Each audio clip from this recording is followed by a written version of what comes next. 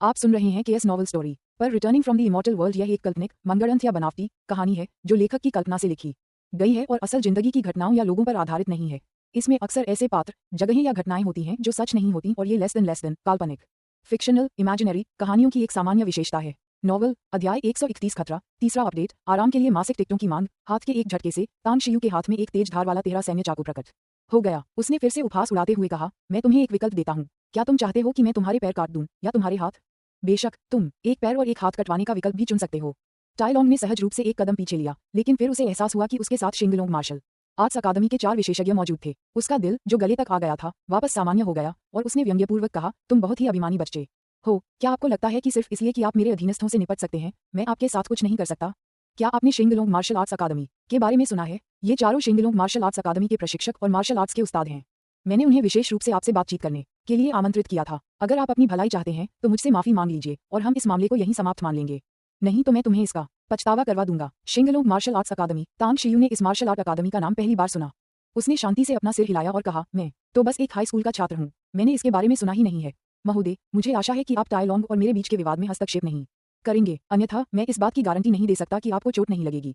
फी कियांग 2 कदम आगे बढ़ा और तांग शियू को ठंडे लहजे में देखते हुए बोला, तुम अभी अंधेरे में छिपे हुए थे, इसलिए तुम्हें मेरी बात सुननी चाहिए थी। दूसरों से पैसा लो, उनके लिए समस्याएं हल करो। हमने बॉस टाई का पैसा लिया है, इसलिए हमें उनके लिए काम करना होगा। मैंने सुना है कि आप एक विशेषज्ञ हैं और हम भी मार्शल आर्टिस्ट हैं, इसलिए हम आपके साथ और अधिक अभ्यास करना चाहेंगे। तांग शियू ने अपना सिर हिलाया और ठंडे स्वर में कहा, मार्शल आर्टिस्टों के लिए सबसे बड़ा वर्जित कार्य प्रतिस्पर्धा करना और लड़ना है। मार्शल आर्ट शरीर को मजबूत बनाने और अपने आसपास के लोगों की रक्षा करने के लिए है, लेकिन तुम मार्शल आर्टिस्ट कहलाने के लायक नहीं हो। और ऐसा लगता है कि आपकी शिंगलोंग मार्शल आर्ट्स अकादमी भी कोई अच्छी जगह नहीं है। चूंकि आप अपना रास्ता खुद चुनने के लिए दृढ़ हैं, इसलिए आपसे निपटने के बाद मैं आपके मार्शल आर्ट अकादमी का दौरा करने के लिए समय निकालूंगा। हम देखेंगे कि आपको मौका मिलता है या नहीं। फी कियांग ने अपने 3 साथी शिष्यों को सिर हिलाकर इशारा किया और वे चारों तांग शियू की ओर दौड़ पड़े। उन्होंने तुरंत हमला नहीं किया, बल्कि तांग शियू को घेर लिया और उसकी स्थिति में कमजोरियों की तलाश करने लगे। हालांकि उनका चरित्र अच्छा नहीं था, लेकिन वे एक सिद्धांत को समझते थे, स्वामियों के बीच लड़ाई में एक छोटी सी चूक भी शाश्वत नरक की ओर ले जा सकती है। तांग शियू 20 से अधिक गुंडों को घायल करने में सक्षम था, इसलिए वे उसे हल्के में लेने की हिम्मत नहीं करते थे। क्या यह एक सामूहिक हमला था? तांग शियू ने थोड़ी सी अवमानना के साथ तुरंत हरकत की। जब वह सीधे सामने खड़े व्यक्ति के सामने प्रकट हुआ तो प्रतिद्वंद्वी को अपनी आंखों के सामने केवल एक धुंधलापन दिखाई दिया और फिर उसने एक बड़ी मुट्ठी को अपनी नाक पर जोरदार प्रहार करते हुए देखा। टकराना। उस आदमी के हाथ अभी आधे ही ऊपर उठे थे कि वह चीख उठा। इसके तुरंत बाद उसे अपनी छाती पर एक जोरदार झटका लगा और उस जबरदस्त बल के कारण उसका गला सुन्ना हो गया। जैसे ही उसका शरीर पीछे की ओर गिरा, उसके मुंह से ताजा खून का एक बड़ा घूंट बाहर निकला। सब बेकार। तांग शियू ने अन्य 2 के मुक्कों और लातों से बचते हुए सीधे हमलों से उन्हें आसानी से नीचे गिरा दिया। हालांकि उसे आश्चर्य हुआ कि फी कियांग की ताकत काफी जबरदस्त थी। समकालीन मार्शल आर्टिस्टों के मानकों के अनुसार देखा जाए तो भले ही वह मार्शल आर्ट के ग्रैंडमास्टर के स्तर तक नहीं पहुंचा था, लेकिन वह उससे बहुत दूर भी नहीं था। अगर उसे समय दिया जाए और वह अपने प्रशिक्षण पर ध्यान केंद्रित कर सके तो निस्संदेह वह भविष्य में मार्शल आर्ट के शिखर पर पहुंच जाएगा। तुम मेरे प्रतिद्वंदी नहीं हो। तांग शियू उछल पड़ा और पीछे हट रहे फी कियांग पर लगातार लात मारता रहा। हालांकि वह अपनी ताकत का केवल 10% ही इस्तेमाल करता था, फिर भी उसकी हर लात में कई हजार जिन की शक्ति निहित थी। फी कियांग चकमा नहीं दे सका और केवल अपनी बाहों से ही बचाव कर सका, लेकिन लगातार जोरदार लातें पड़ने से उसकी मजबूत भुजाओं की हड्डियां कई टुकड़ों में टूट गईं। रुकना। फी कियांग गधे की तरह लुढ़क गया और बाल बाल तांग शियू की एक लात से बच गया। तांग शियू ने उसे नजरअंदाज कर दिया। उसे फी कियांग के विचारों का अनुमान लगाने की जरूरत नहीं थी। ये केवल ये स्वीकार करना था कि वे उसे हरा नहीं सकते और इस मामले को यहीं समाप्त करने की उम्मीद करना था। दुश्मन का दोस्त दुश्मन होता है, और चूंकि फी कियांग ने समस्या को हल करने के लिए पैसे लिए थे, इसलिए उसे असफलता के दर्दनाक परिणामों को स्वीकार करना पड़ा। टकराना। तांग शियू ने उसकी छाती पर एक लात मारी और जैसे ही फी कियांग की पसलियां टूटने की आवाज गूंजी, उसने बिना किसी झिझक के फी कियांग की बांह पकड़ ली और उसे मरोड़ दिया, जिससे उसका एक हाथ टूट गया।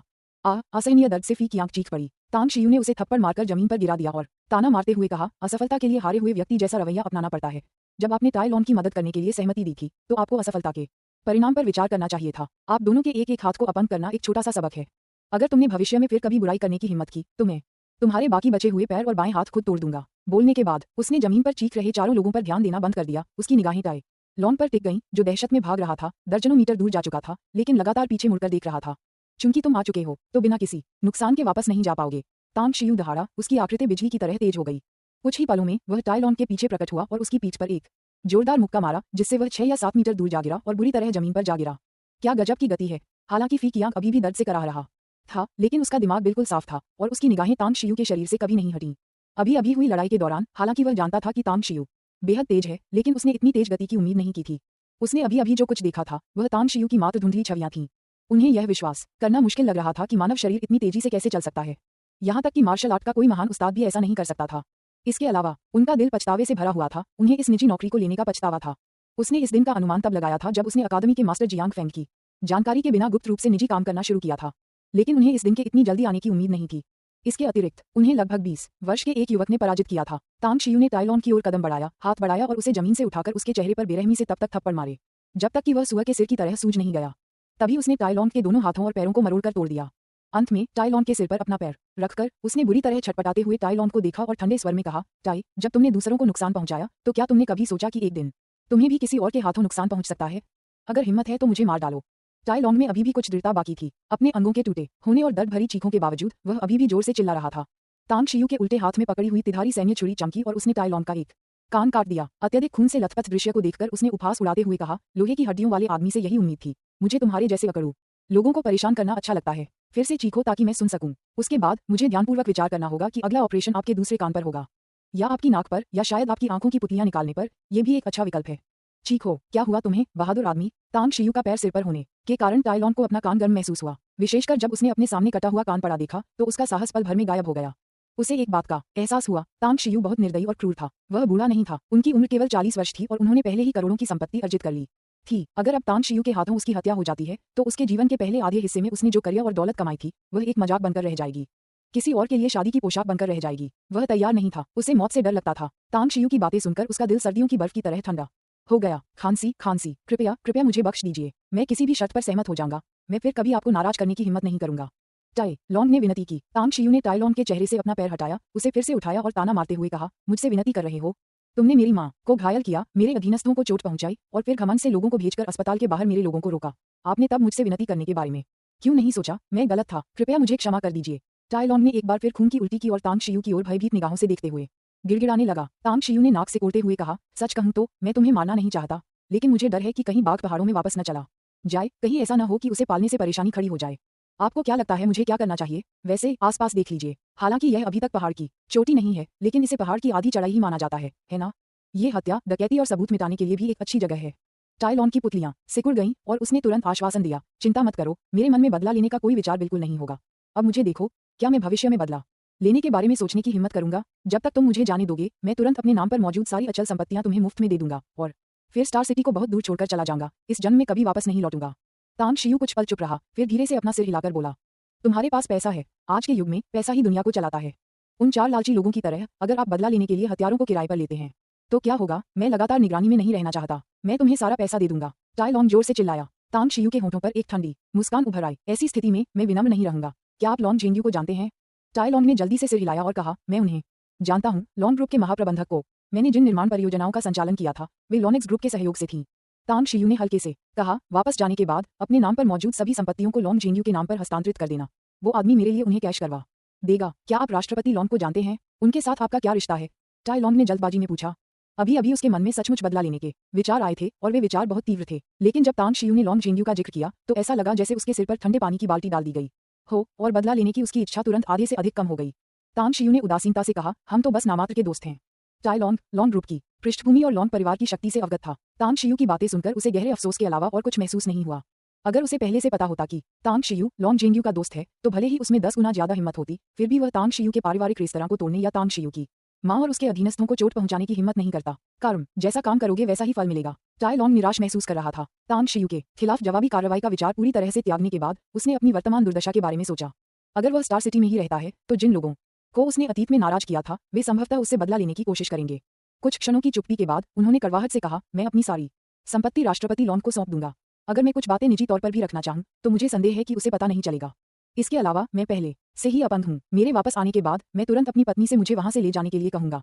उफ, जिंगे द्वारा अपडेट की गति धीमी करने के बाद समीक्षा अनुभाग गालियों से भर गया था। जिंगे एक इंसान है, टाइपिंग मशीन नहीं, और जो लोग लगातार इमॉर्टल रियल रिटर्न को बुरा बताकर कोसते रहते हैं, मुझे नहीं पता उनकी मानसिकता क्या है। अलग अलग लोकगीतों के लिए अलग अलग ध्वनियां। जिंगे आरएमबी नहीं है, इसलिए मैं ये गारंटी नहीं दे सकता कि हर कोई मुझे पसंद करेगा। जब तक कुछ भाई बहन जिंगे और जिंगे द्वारा सुनाई जाने वाली कहानियों को पसंद करते हैं तब तक इतना ही काफी है। जिन्हें ये पसंद नहीं है वे इसे बंद कर सकते हैं और इसे न पढ़ें। वे इतनी कठोर गालियां क्यों देते हैं? कृपया सांत्वना के लिए मासिक वोट दें। अध्याय 132 तुम्हारा दोस्त कौन है? चौथा अपडेट। तांग शियू को टाई लॉन्ग पर जरा भी दया नहीं आई। उसने उदासीनता से गुर्राया और फिर उसे बेहोश कर दिया। फिर वह फी कियांग के पास गया और सपाट स्वर में बोला, उस आदमी को वापस भेजने की जिम्मेदारी तुम्हारी है। अगर वह आपको फंसाता है और आपको उससे नाराजगी है तो आप रास्ते में ही उसे मार सकते हैं। आज जो कुछ हुआ उसे याद रखना और अगले महीने जब मुझे समय मिलेगा मैं व्यक्तिगत रूप से आपके शिंगलोंग मार्शल आर्ट्स स्कूल का दौरा करूंगा। नहीं, फी कियांग के चेहरे पर भय का भाव था और उसने विनती करते हुए कहा, भाई कृपया हमारे मार्शल आर्ट स्कूल मत जाओ। हमने अपने मालिक की जानकारी के बिना यह निजी काम अपने हाथ में लिया। वह ईमानदार हैं और हमारे प्रति बेहद सख्त हैं। अगर उसे पता चलता कि हम बाहर जाकर निजी काम कर रहे हैं, संदिग्ध गतिविधियों में शामिल हैं, तो वह निश्चित रूप से हमें मार डालता। कृपया हम आपसे वादा करते हैं कि हम फिर कभी निजी नौकरी नहीं करेंगे और न ही हम फिर कभी कोई हानिकारक काम करेंगे। तांग शियू ने उदासीनता से कहा, अगर तुम्हें ये पता था तो तुमने ऐसा किया ही क्यों? हालांकि अपनी गलतियों को सुधारने में सक्षम होना एक बहुत बड़ी बात है। मुझे उम्मीद है कि आप भविष्य में अच्छा व्यवहार करेंगे। उसके साथ तांग शियू ने ज्यादा देर नहीं रुककर सीधे पहाड़ से नीचे उतरना शुरू कर दिया। टाइलॉन का मामला सुलझने के बाद तांग शियू तुरंत अस्पताल नहीं गई बल्कि नानशा टाउन लौट गई। मिस्ड कॉल और मैसेज देखने के बाद तांग शियू विला की दूसरी मंजिल पर स्थित बेडरूम में खड़ा हुआ और उसने अपने क्लास टीचर हान कीवू का नंबर डायल किया। तांग शियू, तुम कहाँ थे? क्या तुम अभी भी छात्र हो या नहीं? क्या तुम अभी भी पढ़ाई के लिए स्कूल वापस आना चाहते हो? कॉल कनेक्ट होते ही फोन से हान कीवू की गुस्से भरी दहाड़ सुनाई दी। तांग शियू ने फोन को थोड़ा दूर खींच लिया और हान कीवू के चिल्लाने के बाद उसने हल्के से मुस्कुराते हुए कहा, टीचर हान, मैं भी कक्षाओं के लिए स्कूल जाना चाहता था, लेकिन स्टार सिटी लौटने के बाद घर पर कुछ हो गया। इसलिए मुझे खेद है कि मुझे स्कूल लौटने से पहले 2 दिन और इंतजार करना पड़ेगा। घर पर कुछ हुआ? क्या हुआ? हान कीवू का गुस्सा काफी हद तक शांत हो गया और उनके लहजे में काफी चिंता झलक रही थी। तांग शियू ने कहा, मेरी माँ के रेस्तरां को किसी ने तोड़फोड़ कर दिया और मेरी माँ और रेस्तरां के कई कर्मचारी भी घायल हो गए। मेरी माँ अभी भी अस्पताल में है।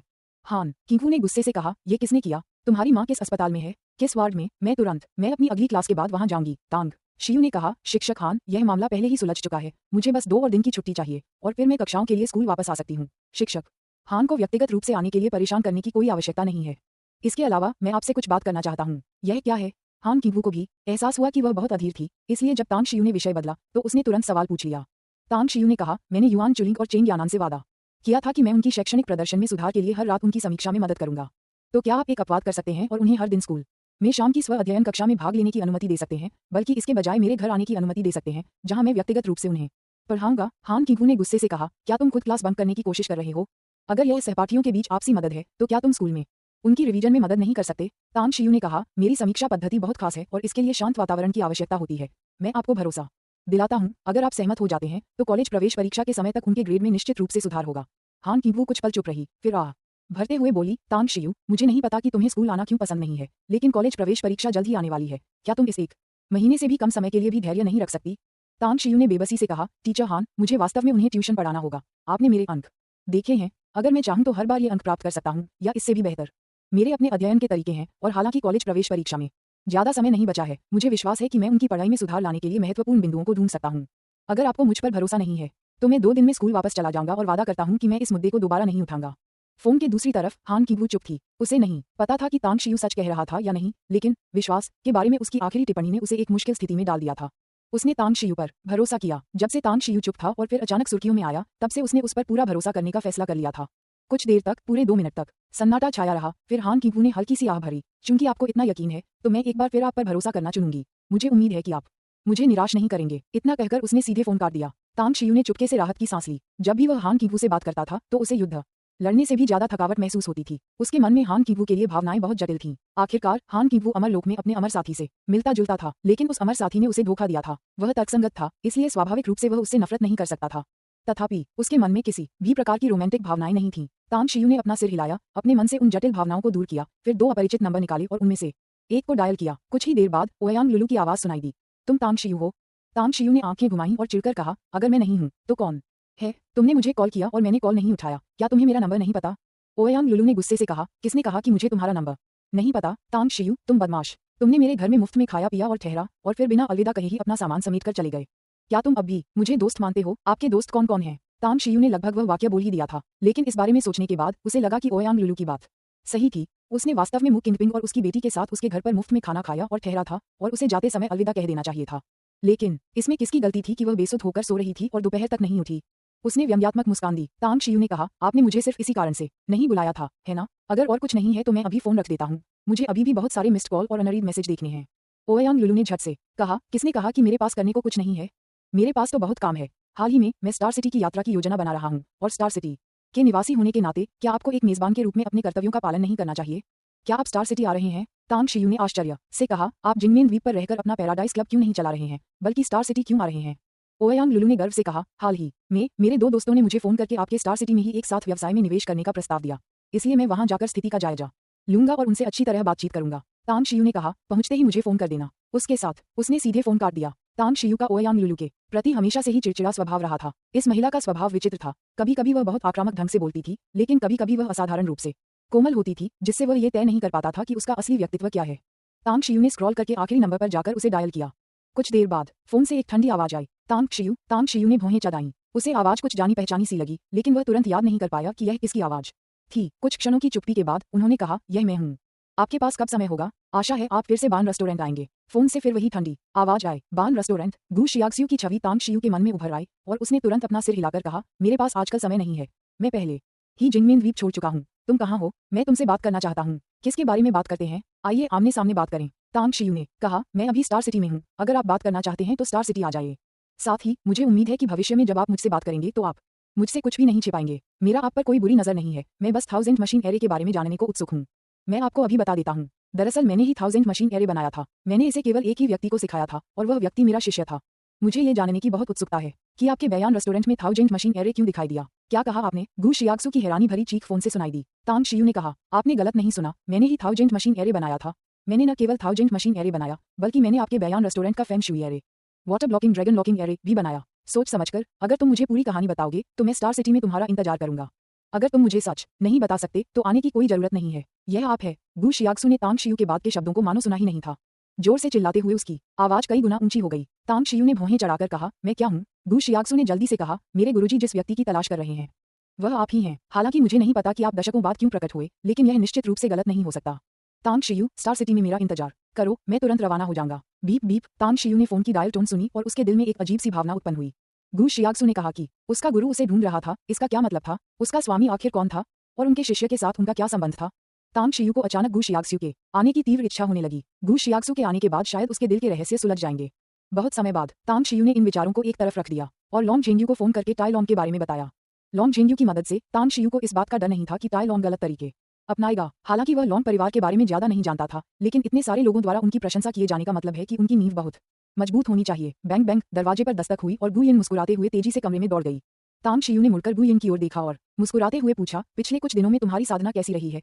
क्या आपकी ऊर्जा के प्रति धारणा और भी मजबूत है? गु यिन ने तांग शियू का हाथ पकड़ा और खिलखिलाते हुए कहा, गुरुजी, यिन की ऊर्जा की अनुभूति न केवल मजबूत हुई है, बल्कि अब मैं उन ऊर्जा प्रवाहों को नियंत्रित भी कर सकती हूँ। मैंने आपके द्वारा सिखाई गई साधना विधि का पालन किया और अपनी नसों के माध्यम से ऊर्जा के प्रवाह को नियंत्रित किया। हालांकि गति बहुत धीमी है, फिर भी मैं अब एक दिन में कई चक्र पूरे कर सकता हूँ। कि तेजी? तांग शियू स्तब्ध रह गया। हालांकि वह जानता था कि गु यिन का dual win ice Phoenix secret body अरबों में से एक अद्वितीय साधना सीक्रेट बॉडी है, लेकिन उसने यह उम्मीद नहीं की थी कि यह इतनी असाधारण होगी। कुछ ही दिन बीते थे और वह पहले से ही अपनी नाड़ियों के माध्यम से ऊर्जा प्रवाह को नियंत्रित करने लगी थी। कोई आश्चर्य नहीं, इसमें कोई आश्चर्य नहीं कि जिस महिला के पास कभी दोहरी नस वाली बर्फीली फीनिक्स पवित्र शरीर था, उसने अंततः वह कदम उठाया जो अरबों अमर प्राणी नहीं उठा सके और दिव्य लोक में प्रवेश किया। अध्याय 133 शैक्षिकी मुद्दे। पहला अद्यतन, मासिक टिकटों की तलाश। तांग शियू अब अपनी पुरानी तकनीकों का अभ्यास नहीं कर सकता था।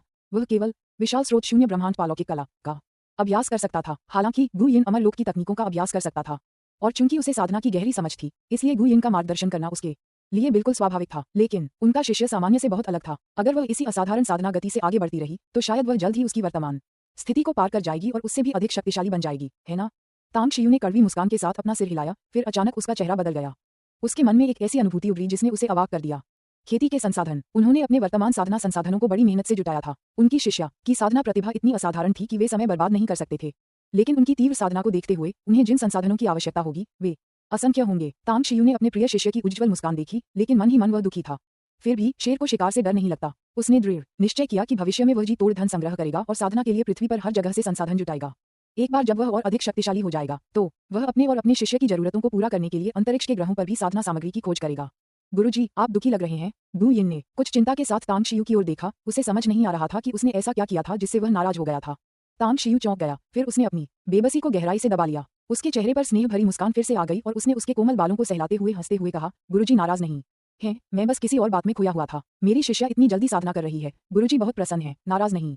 लेकिन मेरी कही बात मत भूलना, जल्दबाजी में काम बिगड़ जाता है। तुमने अभी साधना का मार्ग अपनाया है, इसलिए तुम्हें निरंतर साधना करनी चाहिए। धीरे धीरे अपनी साधना में सुधार करना चाहिए। गु यिन ने आज्ञाकारी भाव से सिर हिलाया और मुस्कुराते हुए कहा, गुरुजी, मुझे आपकी कही बात याद है। मेरी माँ भी कहा करती थी कि एक ऊंची इमारत की नींव जमीन से ही शुरू होती है और नींव ही सबसे महत्वपूर्ण होती है। बिल्कुल। तांग शियू ने संतुष्टि से सिर हिलाया। अचानक उनके चेहरे के भाव बदल गए और उन्होंने पूछा, यिन, अब तुम्हारा शरीर ठीक है? क्या तुम स्कूल जाना चाहती हो? पहले तो मैंने तुम्हारी माँ को प्रशिक्षण दिलवाकर तुम्हें सीधे 9 ड्रैगन्स आइलैंड ले जाने की योजना बनाई थी, लेकिन उनके प्रशिक्षण में 2 महीने लगेंगे और भी कई काम हैं, इसलिए शायद सितंबर तक ही संभव हो पाए। मेरा इरादा है कि तुम आधे साल पढ़ाई करो और फिर नए साल के बाद तुम दोनों 9 ड्रैगन्स आइलैंड जा सकती हो। तुम्हारा क्या विचार है? गुयिन एक पल के लिए हिचकिचाई, फिर सिर हिलाकर बोली, गुरुजी, मैं 2 साल से ज्यादा समय से स्कूल नहीं गई हूँ और कई विषयों में पिछड़ गई हूँ। क्या आप मुझे प्रशिक्षण कक्षा में शामिल होने देंगे? मेरी माँ ने कुछ दिन पहले मेरे लिए बहुत सारी पाठ्यपुस्तकें खरीदी हैं और मैं अपनी साधना को प्रभावित किए बिना छूटे हुए पाठों को पूरा करना चाहती हूँ। तांग शियू पहले तो हैरान रह गई, फिर उसे बात समझ में आ गई। वह मुस्कुराया और बोला, कैसा रहेगा? क्योंकि तुम कई विषयों में पिछड़ गए हो, मैं कल तुम्हारे लिए ट्यूशन टीचर ढूंढूंगा। उन्हें गर्मियों की छुट्टियों का इस्तेमाल करके तुम्हारी छूटी हुई पढ़ाई पूरी करवाने दो। अगर तुम सितंबर से पहले अपने पुराने सहपाठियों के बराबर पहुंच गए तो मैं तुम्हें आधे साल के लिए स्कूल भेज दूंगा। अगर तुम नहीं पहुंच पाए तो भूल जाओ। हम गुयिन ने आश्चर्य से सिर हिलाया। तांग शियू मुस्कुराई और बोली, जाओ खेलो, मुझे आज कुछ काम है और मुझे जल्द ही बाहर जाना है। गुयिन ने उलझन में पूछा, गुरुजी, आप कहाँ जा रहे हैं? क्या यिनयिन आपके साथ बाहर खेलने जा सकती है? मेरी माँ कुछ सामान खरीदने मॉल गई हैं और उन्हें वापस आने में शायद थोड़ा समय लगेगा। तांग शियू ने कहा, मुझे कुछ जरूरी काम है, इसलिए यिनयिन तुम घर पर ही रहना। कॉलेज प्रवेश परीक्षा खत्म होने के बाद मैं तुम्हें खेलने के लिए बाहर ले जाऊंगी। गुयिन मुस्कुराई और बोली, गुरुजी, आपको निश्चित रूप से एक बहुत ही अच्छे विश्वविद्यालय में दाखिला मिल जाएगा। विश्वविद्यालय? तांग शियू ने उदासीनता से मुस्कुराया। उसने पहले ही मन बना लिया था कि अगर उसे विश्वविद्यालय में दाखिला लेना भी पड़े तो वह ज्यादा से ज्यादा लाचेंग विश्वविद्यालय में ही आवेदन करेगा। लाचेंग शूनकी प्रांत का सर्वश्रेष्ठ विश्वविद्यालय था जो स्नातक स्तर का था। अगर उसे लाचेंग विश्वविद्यालय में दाखिला मिल जाता तो वह घर के काफी नजदीक होता, जिससे वह अपनी माँ से अक्सर मिलने जा सकता था। बिल्कुल, अगर उसकी माँ उसके साथ किसी दूसरे बड़े शहर में रहने को तैयार होती तो वह किसी दूसरे प्रांत के किसी प्रमुख विश्वविद्यालय में दाखिला लेने के लिए आवेदन कर सकता था। विश्वविद्यालय जाना उसके लिए कोई मायने नहीं रखता था, लेकिन यह उसकी माँ की इच्छा थी और वह उन्हें किसी भी कीमत पर निराश नहीं कर सकता था। नानशा शहर छोड़कर तांग शियू ने अपने फोन पर इंटरनेट का इस्तेमाल करके पहली से छठी कक्षा तक के विषयों को पढ़ाने वाले कई अच्छे उन्नत ट्यूशन केंद्रों की खोज की। गुयिन को एक प्रतिभाशाली विद्यार्थी बनाने के लिए उसने बड़ी रकम खर्च करने का फैसला किया। इसलिए उसे 3 महत्वपूर्ण विषयों चीनी, गणित और अंग्रेजी के लिए निजी ट्यूटर रखने पड़े। शिंगचेंग बैदा प्लाजा के पास एक ऑफिस बिल्डिंग में तांग शियू को online new ideas tutoring class का विज्ञापन मिला। अंदर का माहौल अच्छा था। पूरी मंजिल पर न्यू आइडियाज ट्यूटरिंग क्लास चल रही थी। आंतरिक सज्जा भी उच्च कोटि की लग रही थी। स्वागत। अंदर प्रवेश करते ही रिसेप्शनिस्ट ने मुस्कुराते हुए उनका स्वागत किया। तांग शियू ने चारों ओर देखा और पूछा, मुझे अपनी ट्यूशन क्लास की प्रोग्राम लिस्ट देखने दीजिए। कृपया कुछ देर इंतजार करें। रिसेप्शनिस्ट मुस्कुराई और सिर हिलाया, फिर जल्दी से दराज से दस्तावेजों का एक बंडल निकाला और तांग शियू को देते हुए कहा, महोदय, क्या आप अपने बच्चे को हमारे ट्यूशन क्लास में भेज रहे हैं? हमारे पास कुशल शिक्षक हैं और शिंगचेंग के सभी स्कूलों में हमारे शैक्षिकी मानक सर्वोच्च माने जाते हैं। हमारे लगभग सभी शिक्षकों ने शिक्षक योग्यता परीक्षा उत्तीर्ण की है और उन्होंने स्वेच्छा से अपनी नियमित नौकरी छोड़कर यहाँ काम करना शुरू किया है। तांग शियू ने प्रोग्राम लिस्ट खोली और उसे देखने के बाद पाया कि ट्यूशन की फीस बहुत ज्यादा थी और स्तर स्पष्ट रूप से विभाजित थे। शिक्षक जितना कुशल होता और पाठ्यक्रम जितना विस्तृत होता, फीस उतनी ही ज्यादा होती। अंत में तांग शियू को यह भी पता चला कि यहाँ के शिक्षक घर पर भी ट्यूशन देते हैं और उनकी फीस तो हद से ज्यादा थी। मुझे दूसरी कक्षा से छठी कक्षा तक तीनों विषयों चीनी, गणित और अंग्रेजी के लिए एक निजी ट्यूटर की आवश्यकता है। यदि संभव हो तो मैं कल से दूसरी कक्षा की पढ़ाई शुरू करना चाहता हूँ। पढ़ाने का तरीका यहाँ के शिक्षकों पर निर्भर करता है। रिसेप्शनिस्ट की आंखें चमक उठीं और इस बड़े ग्राहक के प्रति उसका उत्साह बढ़ गया। उसने मुस्कुराते हुए कहा, सर, आपने हमारी न्यू आइडियाज ट्यूटरिंग क्लास चुनकर बिल्कुल सही जगह का चुनाव किया है। आप हमारा सबसे महंगा पैकेज चुन सकते हैं और हमारे शिक्षक निश्चित रूप से। तांग शियू ने बीच में ही हाथ हिलाकर उसकी बात काट दी और गहरी आवाज में कहा, तुम्हारा सबसे महंगा पैकेज भी नाकाफी है। मेरी शिष्या स्कूल नहीं गई है और सारा दिन घर पर ही रहती है, इसलिए उसके पास बहुत समय है। मुझे उम्मीद है कि तुम क्लास के घंटों के हिसाब से नहीं बल्कि पूरे दिन के हिसाब से हिसाब लगाओगी। आदर्श रूप से हर दिन सुबह 3 घंटे, दोपहर 3 घंटे और शाम 3 घंटे। ये रिसेप्शनिस्ट ने तांग शियू जैसे ग्राहक से पहले कभी सामना नहीं किया था, खासकर उनके द्वारा शिष्य शब्द का प्रयोग सुनना जो काफी अप्रत्याशित था। वह एक पल के लिए हिचकिचाई, फिर धीरे से बोली, कृपया एक पल रुकिए, मैं हमारे बॉस से बात करती हूँ। आपके अनुरोध के संबंध में केवल वही निर्णय ले सकती हैं। ठीक है। तांग शियू मान गई, दस्तावेजों का ढेर उठाया और हॉल के कोने में रखे सोफे पर जाकर बैठ गई। कुछ मिनट बाद बिजनेस सूट और चश्मा पहने एक अधेड़ उम्र की महिला अंदर से बाहर आई। रिसेप्शनिस्ट से कुछ देर बात करने के बाद वह तांग शियू के पास पहुंची और मुस्कुराते हुए बोली, सर, आपका सरनेम क्या है? टैंग। तांग शियू खड़ी हुई और बोली। अधेड़ उम्र की महिला मुस्कुराई और बोली, मैं ली लिपिंग हूँ, आप मुझे सिस्टर ली कह सकते हैं। हमारी रिसेप्शनिस्ट ने अभी अभी मुझे आपके अनुरोध के बारे में बताया है और सच में ऐसा अनुरोध यहाँ पहले कभी नहीं आया। मैं पूछना चाहती हूँ, क्या आपको विश्वास है कि आपका बच्चा हमारे शिक्षकों के त्वरित पाठ्यक्रमों के साथ तालमेल बिठा पाएगा?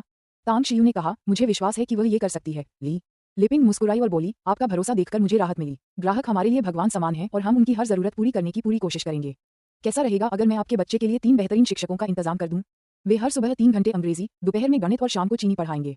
समय सारिणी हम आपस में बातचीत करके तय कर सकते हैं। अच्छा। तांग शियू ने तुरंत सिर हिला दिया। ली लिपिंग ने फिर कहा, आपका इरादा यह है कि दूसरी कक्षा के सभी पाठ्यक्रम पूरे करने के बाद यदि आपका बच्चा पाठ्यक्रम की गति के साथ तालमेल बिठा सकता है तो वह तुरंत तीसरी कक्षा के पाठ्यक्रमों में प्रवेश करेगा और तीसरी कक्षा के पाठ्यक्रम पूरे करने के बाद चौथी, 5वीं और छठी कक्षा के पाठ्यक्रमों में प्रवेश करेगा। क्या ये सही है? बिल्कुल। तांग शियू ने फिर कहा। ली लिपिंग ने मुस्कुराते हुए पूछा, और समय के बारे में? 5 साल के नियमित छात्र पाठ्यक्रम को पूरा करने में आपको क्या लगता है कि हमारे यहाँ के उत्कृष्ट शिक्षक कितनी जल्दी पढ़ा पाएंगे? तांग शियू ने कहा, मुझे उम्मीद है कि कल से लेकर 1 सितंबर तक। क्या? ली लिपिंग दंग रह गई। उसने अविश्वास भरी निगाहों से तांग शियू की ओर देखा और कहा, तुम्हारा मतलब है कल से लेकर 1 सितंबर तक, यानी 3-4 महीनों की इस छोटी सी अवधि में तुम चाहती हो कि तुम्हारा बच्चा दूसरी से छठी कक्षा तक के तीनों विषय, चीनी, गणित और अंग्रेजी, पूरे कर ले? हाँ, तांग शियू ने शांत भाव से सिर हिलाया। ली लिपिंग ने थोड़ी निराशा जताते हुए अधीरता से कहा, महोदय, यह एक शिक्षण संस्थान है, मजाक करने की जगह नहीं। अगर आप सच में हमारे शिक्षकों को नियुक्त कर रहे हैं तो मैं आपका हार्दिक स्वागत करती हूँ और आपकी सभी आवश्यकताओं को पूरा करने की पूरी कोशिश करूंगी।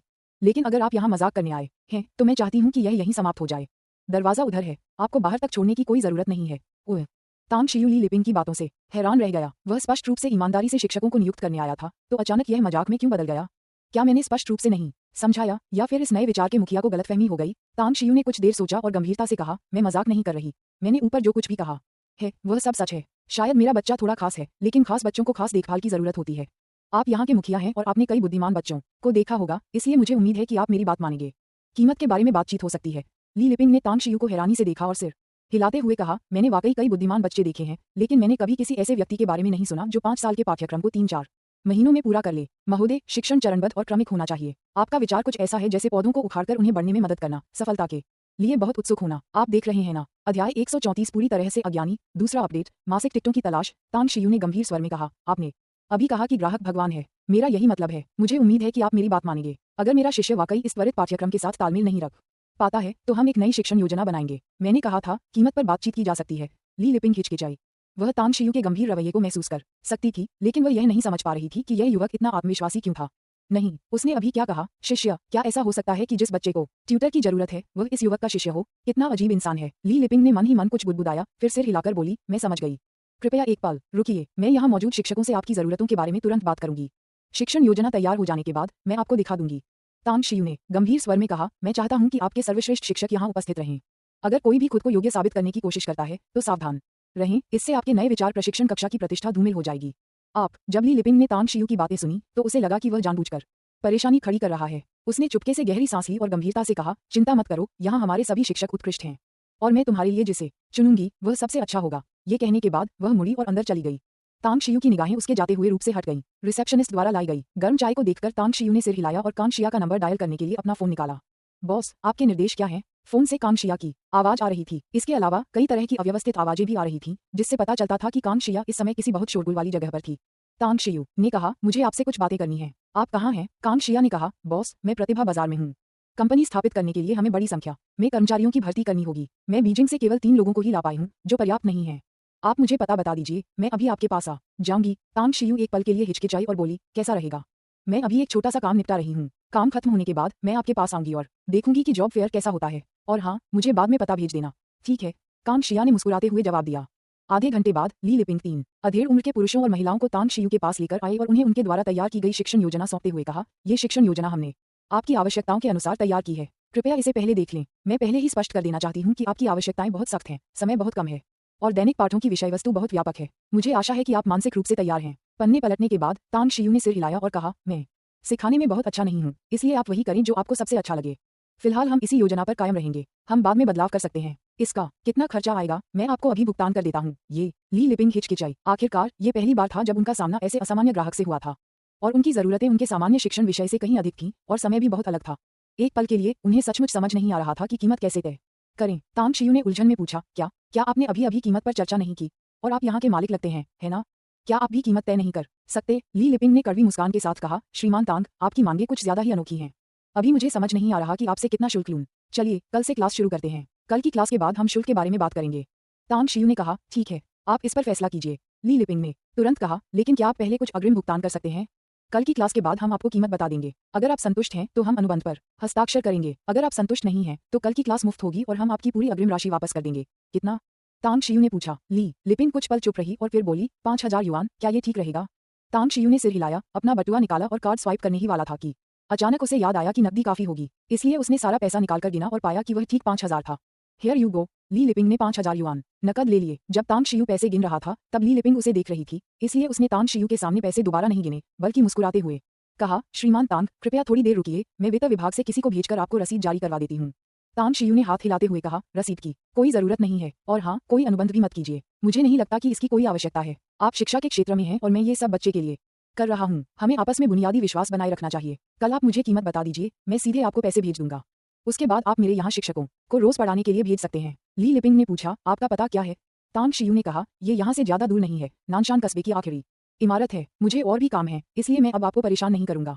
अलविदा, नानशान टाउन। आखिरी इमारत का नंबर। ली लिपिंग की आंखें सिकुड़ गईं। तांग शियू की पीठ को जाते हुए देखकर उसकी हृदय गति अचानक तेज हो गई। वह पहले भी नानशान टाउन जा चुकी थी क्योंकि वहां उसका एक बहुत अमीर रिश्तेदार रहता था। वह जानती थी कि यह पूरे स्टार सिटी में सबसे आलीशान विला वाला इलाका है। यहाँ तक कि जब वह अपने रिश्तेदार के घर मेहमान थी तो उसने अपने रिश्तेदार को किसी बात के बारे में बात करते हुए सुना, जो ये थी कि पूरे विला क्षेत्र में सबसे सुंदर दृश्य वाला विला आखिरी इमारत संख्या वाला था। श्रीमान टैंग, मैं आपको बाहर तक छोड़ दूंगा। ली लिपिंग के चेहरे के भाव कई बार बदले और वह तेजी से उसके पीछे दौड़ी। वहां केवल 3 अधेड़ उम्र के शिक्षक ही एक दूसरे को देखते रह गए। तांग शियू ने विनम्रतापूर्वक मना कर दिया, लेकिन ली लिपिंग बहुत उत्साहित थी और उसने तांग शियू को कार्यालय भवन की पहली मंजिल पर स्थित मुख्य द्वार तक ले जाने पर जोर दिया और मुस्कुराते हुए कहा, श्रीमान तांग, कृपया अपना ख्याल रखें। तांग शियू ने सिर हिलाया और ली लिपिंग की निगाहों के सामने से गुजरते हुए सड़क किनारे गया, एक टैक्सी रोकी और दूर गली के अंत में जाकर जल्दी से गायब हो गया। कितना अजीब इंसान है, सचमुच अजीब, जो नानशान शहर के सबसे आलीशान विला में रह सकता है, उसके पास कार तक नहीं है, वो बाहर जाने के लिए भी टैक्सी लेता है। ली लिपिंग ने मन ही मन शिकायत करते हुए सिर हिलाया। Star city talent market. विशाल बाजार हॉल में सैकड़ों स्टॉल लोगों से खचाखच भरे हुए थे। चूंकि यह रोजगार मेला शून्य प्रांत की विभिन्न कंपनियों द्वारा पूरे देश के लिए आयोजित किया गया एक व्यापक रोजगार मेला था और इसका आयोजन स्टार सिटी में किया गया था, इसलिए देश भर से लगभग 100,000 कॉलेज स्नातक, बेरोजगार श्रमिक और अन्य प्रतिभाशाली लोग यहाँ एकत्रित हुए थे। शेंग तांग समूह के लिए ये समय बिल्कुल संयोगवश था। जब वे समूह कंपनी की स्थापना की तैयारी कर रहे थे तभी उन्हें यह विशाल रोजगार मेला देखने को मिला। इसलिए तांग शिया ने अच्छी जगह पाने के लिए हर संभव प्रयास किया और यहाँ तक कि स्वयं निरीक्षण करने भी आए। जब तांग शियू स्टार सिटी टैलेंट मार्केट पहुंचे तो सामने का नजारा देखकर वे दंग रह गए। दोपहर हो चुकी थी, फिर भी वहां काफी भीड़ थी। अब सबसे कम मूल्यवान चीज कॉलेज के छात्र हैं। तांग शियू को अचानक युवान की कही हुई बात याद आ गई और उसने तुरंत सहमति में सिर हिलाया। कई छात्र 10 साल से अधिक समय तक लगन से पढ़ाई करते हैं, लेकिन अंत में उन्हें नौकरी के लिए घर घर भटकना पड़ता है। शायद पहले पढ़ाई ही एकमात्र रास्ता था, लेकिन अब चाहे कितनी भी बड़ी डिग्री हो, अगर योग्यता नहीं है तो सब व्यर्थ है। तांग शिया द्वारा बताए गए सटीक स्थान का अनुसरण करते हुए तांग शियू को शेंग तांग समूह से संबंधित स्टॉल मिल गया। 15 वर्ग मीटर के छोटे से कमरे में तांग शिया और एक और प्यारी छोटी कद की गोरी लड़की लेक्चर डेस्क पर बैठी एक छात्र जैसे दिखने वाले युवक का इंटरव्यू ले रही थी। वहां 2 विदेशी पुरुष भी दस्तावेज व्यवस्थित कर रहे थे। इंटरव्यू देने वाले के पीछे एक लंबी कतार थी और तांग शियू ने उस पर नजर डाली तो पाया कि कतार कम से कम 20 मीटर लंबी थी। मालिक। तांग शियू को आते देख तांग शिया तुरंत खड़ी हो गई और आवाज लगाने लगी, मालिक। लोली जैसी दिखने वाली गोरी लड़की भी खड़ी हो गई और चिल्लाई। उसकी आंखों में जिज्ञासा भरी थी और वह लगातार तांग शियू को देख रही थी। तांग शियू ने उन दोनों को सिर हिलाकर अभिवादन किया, हाथ हिलाते हुए कहा, तांग शिया, तुम पहले अपना काम किसी और को सौंप दो, मुझे तुमसे कुछ बातें कहनी है। ठीक है। तांग शिया ने एंडी को कुछ निर्देश दिए और फिर अपने पीछे खड़े सुनहरे बालों और नीली आंखों वाले युवक को अपना काम सौंप दिया और फिर तांग शियू को स्टॉल के अंदर आने का इशारा किया। बॉस, आपको मुझे क्या बताना है? तांग शियू ने कहा, 2 बातें हैं, दोनों आपको संभालनी होंगी। पहली, लॉन्ग जेंग्यू मुझे कुछ पैसे भेजेगा जो मैंने कमाए हैं। मुझे सही रकम तो नहीं पता, लेकिन पैसे आते ही मैं आपको तुरंत दे दूंगा। दूसरी बात, लॉन्ग जेंग्यू और बीजिंग के उसके 2 दोस्त स्टार सिटी में एक बड़ा प्रोजेक्ट शुरू करना चाहते हैं जिसमें कुल मिलाकर लगभग 5 अरब का निवेश होगा। अगर बाद में उन्हें फंडिंग की समस्या आती है तो वे और पैसे लगाएंगे। वे चाहते हैं कि मैं उनकी इमारत का डिजाइन बनाऊं और उन्होंने मुझे 10% शेयर देने का वादा किया है। डिजाइन देने के बाद आप इस मामले के आगे के काम संभाल लेंगे। 10%? तांग शिया ने अविश्वास भरी नजरों से तांग शियू की ओर देखा। वह इस खबर से स्तब्ध रह गई थी। एक डिजाइन ड्राइंग के बदले 10% शेयर मिल सकते हैं और निवेश पूंजी तो पहले से ही पूरे 5 अरब है। वह कल्पना भी नहीं कर सकती थी कि किस तरह की डिजाइन ड्राइंग इतनी ऊंची कीमत की हो सकती है। बॉस, क्या आपको यकीन है कि ये शेयर हैं? लाभ साझाकरण नहीं, तांग शिया ने तुरंत पूछा। तांग शियू ने उलझन में पूछा, शेयरों और लाभ साझाकरण में क्या अंतर है? तांग शिया मन ही मन अवाक रह गई। उसे अब समझ आ गया था कि उसके बॉस को व्यापार के बारे में कुछ भी नहीं पता। अपने विचारों को व्यवस्थित करने के बाद उसने समझाया, अगर बनने वाली इमारत बिक्री के लिए नहीं है और आपकी संपत्ति बनी रहती है तो इसका मतलब है कि इस इमारत की संपत्ति में आपकी 10% हिस्सेदारी है। भविष्य में अगर इमारत बिकती है तो आपको कुल बिक्री मूल्य का 10% मिलेगा। अगर निर्माण पूरा होने के तुरंत बाद निवेश पूंजी घटाकर इसे बेच दिया जाता है तो परियोजना के मुनाफे का 10% लाभांश के रूप में मिलेगा। मुझे लगता है कि आपको पहले इस मामले को स्पष्ट करना चाहिए, उसके बाद मैं उनसे बात करने का तरीका जानूंगी। अध्याय 135 लोगों का कुशल प्रबंधन। तीसरा अद्यतन, मासिक टिकटों की मांग। तांग शियू ने अपना फोन निकाला, लॉन्ग जेंग्यू का नंबर डायल किया, उससे इस मुद्दे के बारे में पूछा और जवाब मिलने के बाद कहा, मैं कल खाली हूँ, चलिए अन्य मामलों पर चर्चा करने के लिए मिलते हैं। ठीक है, हमें जमीन का एक अच्छा टुकड़ा मिल गया है, बस उसे खरीदने का इंतजार है। कल आप मेरे साथ आकर उसे देख सकते हैं, लॉन्ग जेंग्यू ने कहा। ठीक है। कॉल समाप्त हो गई। तांग शियू ने कहा, लॉन्ग जेंग्यू ने कहा था कि इमारत के पूरा होने के बाद इसे सीधे बेचा नहीं जाएगा बल्कि किराए पर दिया जाएगा। किराया सालाना लाभांश के रूप में वितरित किया जाएगा। अगर एक दिन पूरी इमारत को बेचने की जरूरत पड़ती है तो भी मुझे आय का 10% मिलेगा। तांग शिया ने अविश्वास से कहा, बॉस, मुझे ऐसा क्यों लग रहा है कि लॉन्ग जेंग्यू और बाकी लोग वास्तव में आपके डिजाइन नहीं खरीद रहे हैं बल्कि जानबूझकर आपको पैसे दे रहे हैं?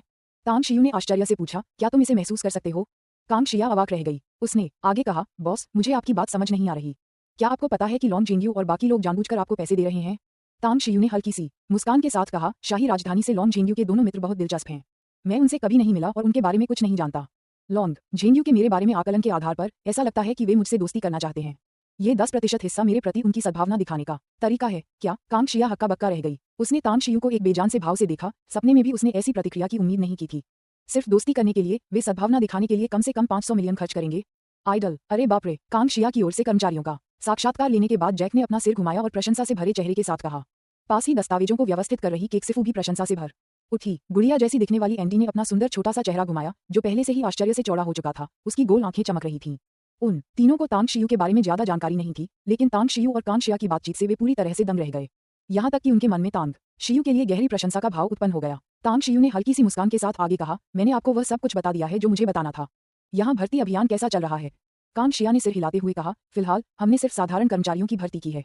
हमें जो सबसे अच्छे लोग मिले हैं वे कुछ विभाग पर्यवेक्षक और सहायक प्रबंधक हैं। विभिन्न विभागों के प्रबंधकों और प्रमुख कंपनी नेताओं की भर्ती अभी तक नहीं हुई है। एंडी प्रचार विभाग का भार संभाल सकते हैं, जैक योजना विभाग में एक कुशल व्यक्ति हैं और केक्सिफू रसद विभाग में एक सक्षम व्यक्ति हैं। ये सभी कई वर्षों से मेरे साथ काम कर रहे हैं और इन्होंने उत्कृष्ट परिणाम प्राप्त किए हैं, लेकिन फिर भी ये हमारी कंपनी में सभी पदों को भरने के लिए पर्याप्त नहीं है।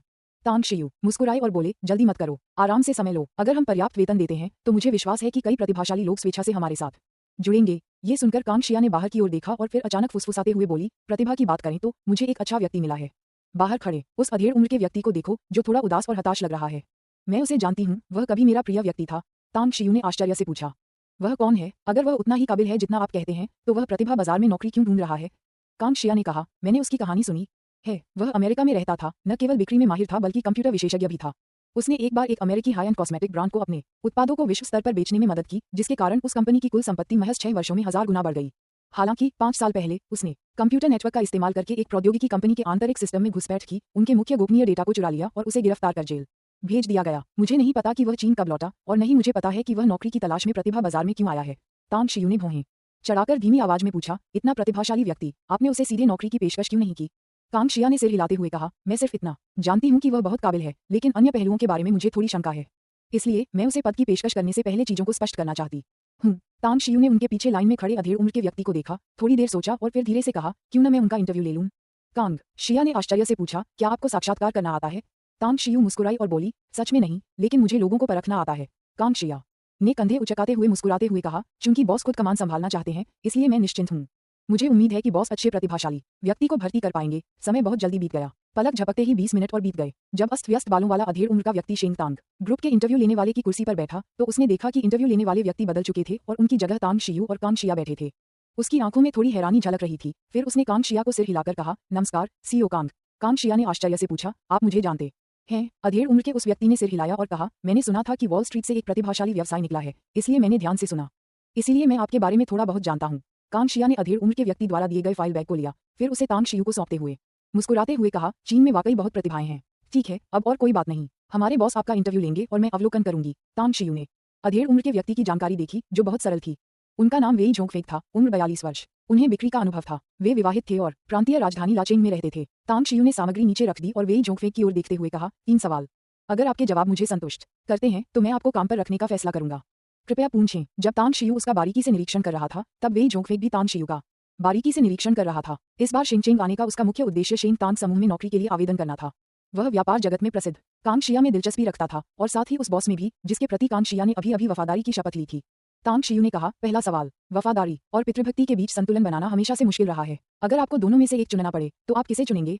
वेई जोंगफेक दंगम हो गया। उसने तांग शियू से ऐसे सवाल की उम्मीद नहीं की थी। कुछ देर सोचने के बाद उसने धीरे से कहा, मैं एक साधारण व्यक्ति हूँ, मैं संत नहीं बन सकता। अगर मेरे परिवार की जान को खतरा हुआ तो मैं अपने परिवार की रक्षा के लिए वफादारी से मुकर जाऊंगा। तांग शियू ने सिर हिलाकर कहा, दूसरा सवाल, आपको क्या लगता है कि आपकी माँ ज्यादा महत्वपूर्ण है या आपका बच्चा? वेई जोंगफेक ने तांग शियू को एक अजीब नजर से देखा और दृढ़ता से कहा, दोनों ही महत्वपूर्ण हैं। उदाहरण के लिए, अगर मेरी माँ और मेरा बच्चा दोनों एक ही समय में पानी में गिर जाएं और आप मुझसे पूछें कि किसे बचाना है, तो मैं स्पष्ट रूप से कह सकता हूँ कि मैं उसे बचाऊंगा जो मेरे सबसे करीब होगा। अगर संभव हो तो मैं दूसरे के लिए अपनी जान कुर्बान कर दूंगा। तांग शियू ने फिर सिर हिलाया और कहा, तीसरा सवाल, आप बहुत उदास और हताश दिख रहे हैं, आपने शेंग तांग ग्रुप को क्यों चुना? वेई जोंगफेक का दिल बैठ गया। तांग शियू का तीसरा सवाल, जो देखने में तो सिर्फ एक ही बात पूछ रहा था, असल में उसमें एक और अनकहा सवाल छिपा था। वह इतना उदास और निराश क्यों दिख रहा था? उन्होंने कुछ देर सोचा और फिर कहा, मैं इस सवाल का जवाब 2 पहलुओं से दूंगा। पहला, मैं 1 साल पहले ही जेल से रिहा हुआ हूँ। मेरे परिवार में बहुत बड़ा बदलाव आया और मैं 1 साल से ज्यादा समय तक निराशा के दौर से गुजरा। हाल ही में मैं इससे उबर पाया हूँ, लेकिन कई बड़ी कंपनियों ने मुझे नौकरी देने से मना कर दिया है। चीन की स्थिति विदेशों से बहुत अलग है। दूसरा, मुझे मशहूर कांग शिया में दिलचस्पी है, लेकिन उससे भी ज्यादा मुझे उस बॉस में दिलचस्पी है जिसकी सेवा करने के लिए उनके जैसी शख्सियत तैयार है। मुझे अच्छी आमदनी वाली नौकरी चाहिए और मैं अपना करियर भी आगे बढ़ाना चाहता हूँ। तांग शियू ने ताली बजाते हुए कहा, 3 सवाल थे और आपके सभी जवाबों से मैं संतुष्ट हूँ। शेंग तांग समूह में आपका स्वागत है। अब से आप हमारे शेंग तांग समूह के सदस्य हैं। हालांकि पहले सवाल के बारे में मुझे आपसे बात करनी है। अगर भविष्य में कभी ऐसी स्थिति आए जहां वफादारी और माता पिता के प्रति कर्तव्यनिष्ठा के बीच संतुलन बनाना मुश्किल हो, तो आप मुझे बता सकते हैं। मैं दोनों को हासिल करने में आपकी मदद कर सकता हूँ। हम वेई जोंगफेंग ने भौहें चढ़ाते हुए हैरानी से तांग शियू की ओर देखा। तांग शियू ने कोई स्पष्टीकरण नहीं दिया, बल्कि आगे कहा, मैं आपको अपने व्यक्तिगत मामलों को सुलझाने के लिए 2 दिन का समय देता हूँ। 2 दिन बाद कांगशिया को रिपोर्ट करें। जहां तक आपके पद की बात है, मुझे लगता है कि आप एक बहुत अच्छे विक्रेता साबित होंगे। इसलिए शुरुआत निचले स्तर से करें और मुझे आशा है कि आप धीरे धीरे अपनी मनचाही स्थिति तक पहुंचेंगे। एक साधारण विक्रेता। वेई जोंगफेंग स्तब्ध रह गया और उसके बगल में खड़ी कांगशिया भी स्तब्ध रह गई। वे तांग शियू को खाली निगाहों से घूर रहे थे, उनकी आंखों में हैरानी भरी हुई थी। तांग शियू ने पूछा, संतुष्ट नहीं हो? वेई जोंगफेंग ने कुछ देर सोचा, फिर सिर हिलाकर कहा, ऐसा नहीं है कि मैं असंतुष्ट हूँ, बस थोड़ा अप्रत्याशित है। बॉस, चिंता मत कीजिए, मैं 2 दिन में समय पर सीईओ कान को रिपोर्ट कर दूंगा। अच्छा, तांग शियू ने कहा। वेई जोंगफेंग के जाने के बाद कांगशिया ने उलझन में तांग शियू की ओर देखा और पूछा, बॉस, वेई जोंगफेंग के जवाबों से आप संतुष्ट हो गए हैं और जब आप उसकी क्षमताओं को जानते हैं तो आप उसे बिल्कुल निचले स्तर से क्यों शुरू करवाना चाहते हैं? हमें अभी प्रतिभाशाली लोगों की जरूरत है। मुझे लगता है कि वह बिक्री विभाग प्रबंधक का पद आसानी से संभाल सकता है। तांग शियू ने सहज भाव से कहा, जो चीजें आसानी से मिल जाती हैं, उनकी अक्सर कदर नहीं की जाती। जिन लोगों ने कठिनाइयां झेली हैं, उन्हें अपनी अविस्मरणीय यादों को संजोकर रखना चाहिए। कांगशिया ने तांग शियू को हैरानी से देखा। उसे हमेशा से लगता था कि तांग शियू 20 साल के नौजवान की तरह नहीं, बल्कि एक परिपक्व और स्थिर अधेड़ उम्र के व्यक्ति की तरह दिखता है। लेकिन इस समय उसे और भी ज्यादा महसूस हुआ कि तांग शियू एक चालाक बूढ़े लोमड़ी जैसा है। तांग शियू खड़ी हुई और कांगशिया की ओर देखकर बोली, ठीक है, मुझे और भी काम है, इसलिए मैं अब जा रही हूँ। आप सब यहाँ का काम संभाल लीजिए। कांगशिया ने मन ही मन अपनी आंखें घुमाई। एक ऐसे बॉस के साथ जो हमेशा कहता रहता था, तुम सब संभाल लोगे, उसे समझ नहीं आ रहा था कि खुश हो या दुखी। पहले उसे सबसे ज्यादा डर इस बात का था कि बॉस उसकी शक्तियों पर रोक लगा देगा, लेकिन अब उसे लग रहा था कि वह बहुत ज्यादा आजाद है। बॉस, अपना ख्याल रखना। एंडी ने तांग शियू को इस तरह देखा मानो वह कोई देवता हो। कहावत है ना, देखकर ही विश्वास होता है। वह पूर्वी संस्कृति के बारे में बहुत कुछ जानती थी और उसे यह बात बिल्कुल सही लगी। अब जब बॉस इतना युवा और इतना काबिल है, तो भविष्य में वह कितना शक्तिशाली बनेगा। क्या वह आकाश को चुनौती दे सकता था? कांगशिया की निगाह तांग शियू की दूर जाती हुई आकृति से हटकर वापस एंडी पर पड़ी। एंडी के चेहरे के भाव देखकर उसने शरारत से उसके कंधे पर थपथपाया और हंसते हुए कहा, छोटी शरारती बच्ची, जल्दी से अपनी लाड़ पोंछ लो। अध्याय 136 विचित्र कहानियां। चौथा अपडेट, मासिक टिकटों की मांग। Star city hospital of traditional Chinese medicine. Tang Xiu VIP ward के बाहर एक थमस लिए हुए दिखाई दी। प्रतिभा बाजार से निकलने के बाद वह स्वयं ताजी सब्जियां और मांस खरीदने के लिए बाजार गए, फिर उन्हें वापस लाए और मुंह किंगपिंग से चिकन सूप बनवाया, जिसमें कई गर्म और पौष्टिक औषधीय सामग्रियां मिलाई। वार्ड के बगल वाले गलियारे में रेंच और नेल उगकर पत्रिकाओं के पन्ने पलट रहे थे। हालांकि उन्हें चोटें आई थीं, लेकिन उनके लिए, जो चोटों को रोजमर्रा की घटना के रूप में देखने के आदी थे, यह कोई खास बात नहीं थी। अस्पताल के बिस्तर पर सू लिंग्यू ने चिंता भरे भाव से बही खाते को देखा। रेस्टोरेंट में तोड़फोड़ की गई थी और यह पिछले 2 दिनों से बंद था। अगर वे दोबारा खोलना चाहते हैं तो उन्हें सजावट में बदलाव करना होगा। इसके अलावा पिछले चिकित्सा खर्चों में पहले ही हजारों डॉलर खर्च हो चुके थे। उसे इस बात की चिंता थी कि नवीनीकरण के लिए पर्याप्त धन होगा या नहीं। बिस्तर के बगल में एक नाजुक सी लड़की बैठी थी, जिसने देखभाल करने वाली की वर्दी पहनी हुई थी और वह धीरे धीरे एक सेब छील रही थी। बॉस, आप यहाँ हैं। तांग शियू को आते देख रेंच और नेल का मनोबल बढ़ गया। तांग शियू ने सिर हिलाया, देखभाल करने वाली महिला की ओर देखा, फिर मुस्कुराई और बिस्तर के किनारे बैठ गई और पूछा, माँ, आपका चेहरा इतना उतरा हुआ क्यों है? मैंने किसी से आपके लिए चिकन सूप बनवाया है, जिसमें बहुत सारे गर्म और पौष्टिक औषधीय तत्व हैं, जो आपको जल्दी ठीक होने में मदद करेंगे। सू लिंग्यू ने आश्चर्य से पूछा, मेरे लिए सूप किसने बनाया? हमारी दुकान तो तोड़फोड़ के बाद पूरी तरह अस्त व्यस्त हो गई थी और सभी रसोइयों को छुट्टी दे दी गई थी। तांग शियू ने कहा, इतने सवाल मत पूछो, मैं तुम्हें कॉलेज प्रवेश परीक्षा के बाद बता दूंगी। ठीक है। सू लिंग्यू को सबसे ज्यादा चिंता तांग शियू की कॉलेज प्रवेश परीक्षा की थी और उसने कहा, शियू, तुम्हें इस समय स्कूल में होना चाहिए था। तुम फिर से अस्पताल क्यों आए हो? तांग शियू मुस्कुराई और बोली, आज रात स्व अध्ययन का दिन है, मैं जाऊं या न जाऊं, कोई फर्क नहीं पड़ता। माँ, आपने अभी तक मुझे यह नहीं बताया कि आप अभी इतनी चिंतित क्यों दिख रही थीं। क्या आपको कोई ऐसी समस्या आई जिसका समाधान आप नहीं कर पा रहे हैं? सू लिंग्यू एक पल के लिए हिचकिचाई, फिर कड़वी मुस्कान के साथ बोली, हमारे पारिवारिक व्यवसाय में अभी अभी सुधार शुरू हुआ है और हम पहले से कहीं अधिक पैसा कमा रहे हैं। लेकिन किसने सोचा होगा कि ग्राहक इसे तोड़ देंगे? मैं हिसाब लगा रहा हूँ कि मेरे पास बचे लगभग 1 लाख रुपये नवीनीकरण के लिए पर्याप्त हैं या नहीं। तांग शियू अचंभित होकर हंस पड़ा और बोला, तो बात यह है, चिंता मत करो, मरम्मत का काम रेंच और बाकी लोगों पर छोड़ दो। उनके पुराने संपर्क काफी मजबूत हैं और वे निर्माण सामग्री सस्ते दामों पर खरीद सकते हैं। और क्या इस पारंपरिक चीनी चिकित्सा अस्पताल के निदेशक मुझे यहाँ परामर्श देने के लिए नियुक्त नहीं करना चाहते थे? इसलिए मुझे पीछे हटने से रोकने के लिए उसने मुझे 1 लाख युआन अग्रिम दे दिए, ये कहते हुए कि यह मेरी 6 महीने की तनख्वाह है। मैं जल्द ही रेंच और बाकी लोगों को पैसे दे दूंगा और आपको नवीनीकरण के बारे में चिंता करने की जरूरत नहीं है। जब तक आपको अस्पताल से छुट्टी मिलेगी, तब तक रेस्तरां दोबारा खुल सकता है। सू लिंग्यू ने कहा, बेटे, डॉक्टर ने कहा है कि मेरी चोट को ठीक होने में 2 या 3 महीने के आराम की जरूरत है।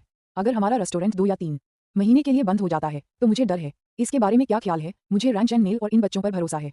जब उनकी चोटें थोड़ी ठीक हो जाएं तो उन्हें नवीनीकरण का काम संभालने दें और दुकान का कारोबार भी वे ही संभाल सकते हैं। तांग शियू ने अपनी भौहें उठाईं, संतुष्टि से रेंच और नेल की और देखा और मुस्कुराते हुए कहा, चूंकि मेरी माँ ने यह मामला आपको सौंपने की इच्छा जताई है तो नवीनीकरण और पुनः खोलने की जिम्मेदारी आपकी होगी। इसे अच्छे से सजाएं और इसे थोड़ा और आलीशान बनाएं, समझा। रिंच और नील तुरंत बहुत खुश हो गए। सू लिंगियो का उन पर भरोसा देखकर वे दोनों बेहद भावुक हो गए। उन्होंने गुपचुप तरीके से फैसला किया कि उन्हें रेस्तरां का विस्तार करना होगा, इसे और अधिक भव्य तरीके से सजाना होगा और पहले से भी बेहतर तरीके से इसका प्रबंधन करना होगा। बैंक बैंक दरवाजे पर दस्तक हुई और भर्ती विभाग के प्रमुख सफेद कोट पहने कई डॉक्टरों के साथ राउंड के लिए अंदर आए। जब उसने तांग शियू को देखा तो उसकी आंखें चमक उठीं और उसने मुस्कुराते हुए उसका अभिवादन किया। श्री तांग, मुझे उम्मीद नहीं थी कि आप यहाँ होंगे। मैंने कैंटीन को आपका विशेष भोजन तैयार करने के लिए कह दिया है, ये जल्द ही तैयार हो जाएगा। तांग शियू मुस्कुराई और बोली, धन्यवाद। अस्पताल विभाग के प्रमुख ने और भी अधिक मुस्कुराते हुए हाथ हिलाया और कहा, श्रीमान तांग, इतने विनम्र मत बनिए, ये सब निदेशक के आदेशानुसार है। कैसा चल रहा है? क्या तुम्हारी माँ ठीक है? सू लिंगियो ने तुरंत कहा, मैं ठीक हूँ, धन्यवाद निर्देशक वांग। अस्पताल विभाग के प्रमुख ने मुस्कुराते हुए कहा, यह अच्छी बात है कि आप ठीक हैं, फिर आप सब अपना काम जारी रखिए, मैं बाकी वार्डों की जांच करने जाता हूँ। जैसे ही अस्पताल विभाग के प्रमुख ने प्रस्थान किया, सू लिंगियो ने तांग शियू की ओर देखा और कुछ जटिल भावों के साथ कहा, शियू, एक सवाल है जो मैं आपसे पूछना चाहती थी, क्या आप किसी को जान पाए? तांग शियू ने कहा, हाँ, इसमें क्या है? सू लिंगियो तुरंत घबरा गई और उसने फिर पूछा, उसका उपनाम क्या है? क्या वह भी तांग है? आपका क्या मतलब है? तांग शियू अपनी माँ के प्रश्न से थोड़ा भ्रमित हो गया, लेकिन फिर भी ईमानदारी से बोला, माँ, उसका उपनाम तांग नहीं, लौंग है। उन्होंने ही आपके लिए वीआईपी वार्ड में रहने की व्यवस्था की थी। सू लिंगियो के चेहरे पर घबराहट के भाव धीरे धीरे गायब हो गए और उसने सिर हिलाते हुए कहा, अच्छा हुआ कि उसका उपनाम तांग नहीं है। वैसे आपने पहले जिक्र किया था कि आपने मेडिकल की किताबें पढ़ी हैं और आपने एक ऐसे मरीज को ठीक कर दिया जिसे निर्देशक भी ठीक नहीं कर पाए थे। क्या ये सच है? शियू, आपको ईमानदार बच्चा होना चाहिए। यदि आपके पास वह क्षमता नहीं है तो तुरंत उन्हें 1 लाख युआन लौटा दें और परामर्श के लिए अस्पताल न आएं। तांग शियू मुस्कुराई और बोली, माँ, चिंता मत करो। क्या आपने मुझे बचपन से लेकर अब तक कभी ऐसा कुछ करते देखा है जो मेरी क्षमताओं से परे हो? सू लिंगियो हिचकिचाई, कुछ कहना चाहती थी लेकिन कह नहीं पाई। तांग शियू ने उन्हें दिलासा देते हुए कहा, माँ, मैंने वास्तव में अपने खाली समय में बहुत सारी चिकित्सा पुस्तकें पढ़ी हैं और मैं कई पारंपरिक चीनी दवाओं के औषधीय गुणों को समझती हूँ। मैं आपको उस छोटी बच्ची से मिलवाऊंगा जिसे मैंने कॉलेज प्रवेश परीक्षा के बाद ठीक किया था। ठीक है, चलिए इस विषय पर बात नहीं करते, जल्दी से चिकन सूप पी लीजिए। आधे घंटे बाद तांग शियू अस्पताल से छुट्टी लेकर घर चली गई। जब वह नानशान कस्बे लौटा तो संयोगवश उसकी मुलाकात चौकी पर युआन चुलिंग, चेंग यानन और 2 अन्य लड़कियों से हुई। तांग शियू उन दोनों लड़कियों से परिचित नहीं था, इसलिए उसे उनके नाम तक नहीं पता थे। बॉस, आखिरकार आप आ ही गए, क्या यही आपका निवास स्थान है? ये कुछ ज्यादा ही महंगा है ना? हम यहाँ के निवासी नहीं हैं, गार्ड ने हमें मुख्य द्वार से भी अंदर नहीं जाने दिया। मैं अभी आपको फोन करने ही वाला था। युआन चुलिंग ने तांग शियू को देखा और तुरंत आश्चर्य से उसका अभिवादन किया। तांग शियू मुस्कुराई और बोली, यहाँ की सुरक्षा अच्छी है, चूंकि आप यहाँ हैं तो मेरे साथ अंदर आइए। मैंने टीचर हान से बात कर ली है और अब से आप हर शाम आ सकते हैं। चेंग यानन ने कुछ क्षणों के लिए तांग शियू को गौर से देखा, फिर उत्सुकता से पूछा, तांग शियू, मुझे लगता है कि तुम बदल गए हो। तांग शियू उलझन में दिखी और बोली, बदल गया?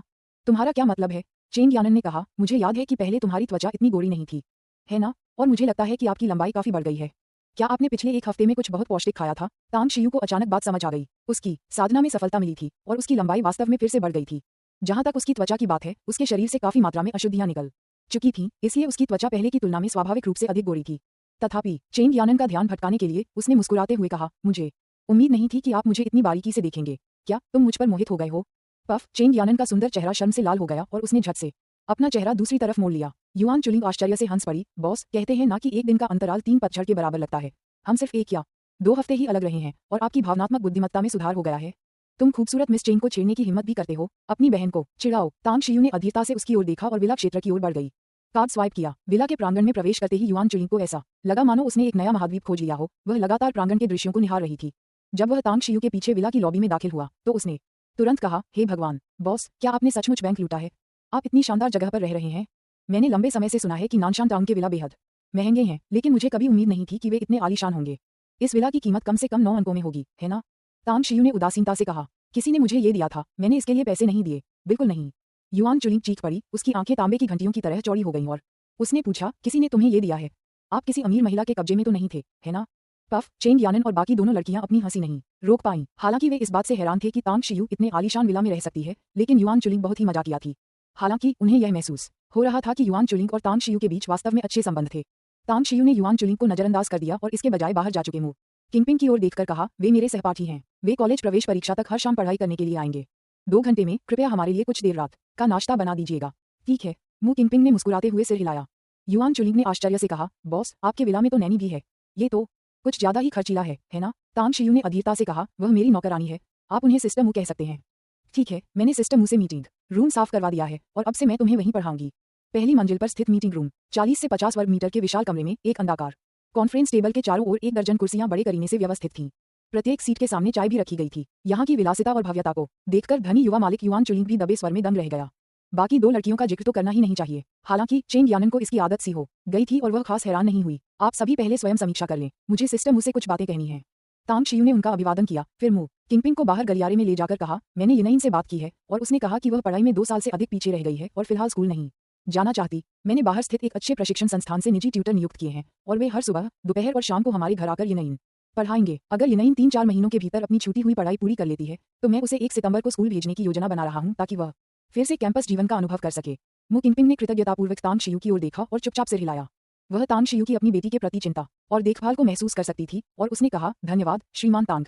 तांग शियू ने हाथ हिलाते हुए कहा, अब से मैं आपको बहन मु कहकर बुलाऊंगी और आप मुझे तांग शियू कह सकती हैं। वैसे मुझे बाद में टेक्स्ट मैसेज के जरिए अपना बैंक खाता नंबर भेज देना, मैं तुम्हारे खाते में कुछ पैसे ट्रांसफर कर दूंगा। मु किंगपिंग ने तुरंत कहा, श्रीमान तांग। तांग शियू, मेरे पास अभी भी पैसे हैं। ये बहुत दुखद है। पिछले कुछ दिनों में लेखन के अत्यधिक दबाव के कारण जिंगे की टेनोसिनोवाइटिस की समस्या फिर से बढ़ गई है। लगभग हर बार जब मैं कोई कुंजी दबाता हूं तो जिंगे की उंगली में सुई जैसी तेज चुभन महसूस होती है। इस तरह का दर्द असहनीय है, लेकिन अपडेट सुनिश्चित करने के लिए जिंगे को आज के 4 अध्यायों को पूरा करने के लिए इस भीषण दर्द को सहना पड़ रहा है। फिर मेरी उंगलियों में 3-4-10,000 बार दर्द होता है। ये दर्द प्रसव पीड़ा से तुलनीय है। अध्याय 137 चमत्कारी पहला अपडेट, मासिक टिकटों का अनुरोध। द इमोर्टल वर्ल्ड के लिए मिले रिकमेंडेशन टिकट का डेटा वाकई बेहद निराशाजनक है।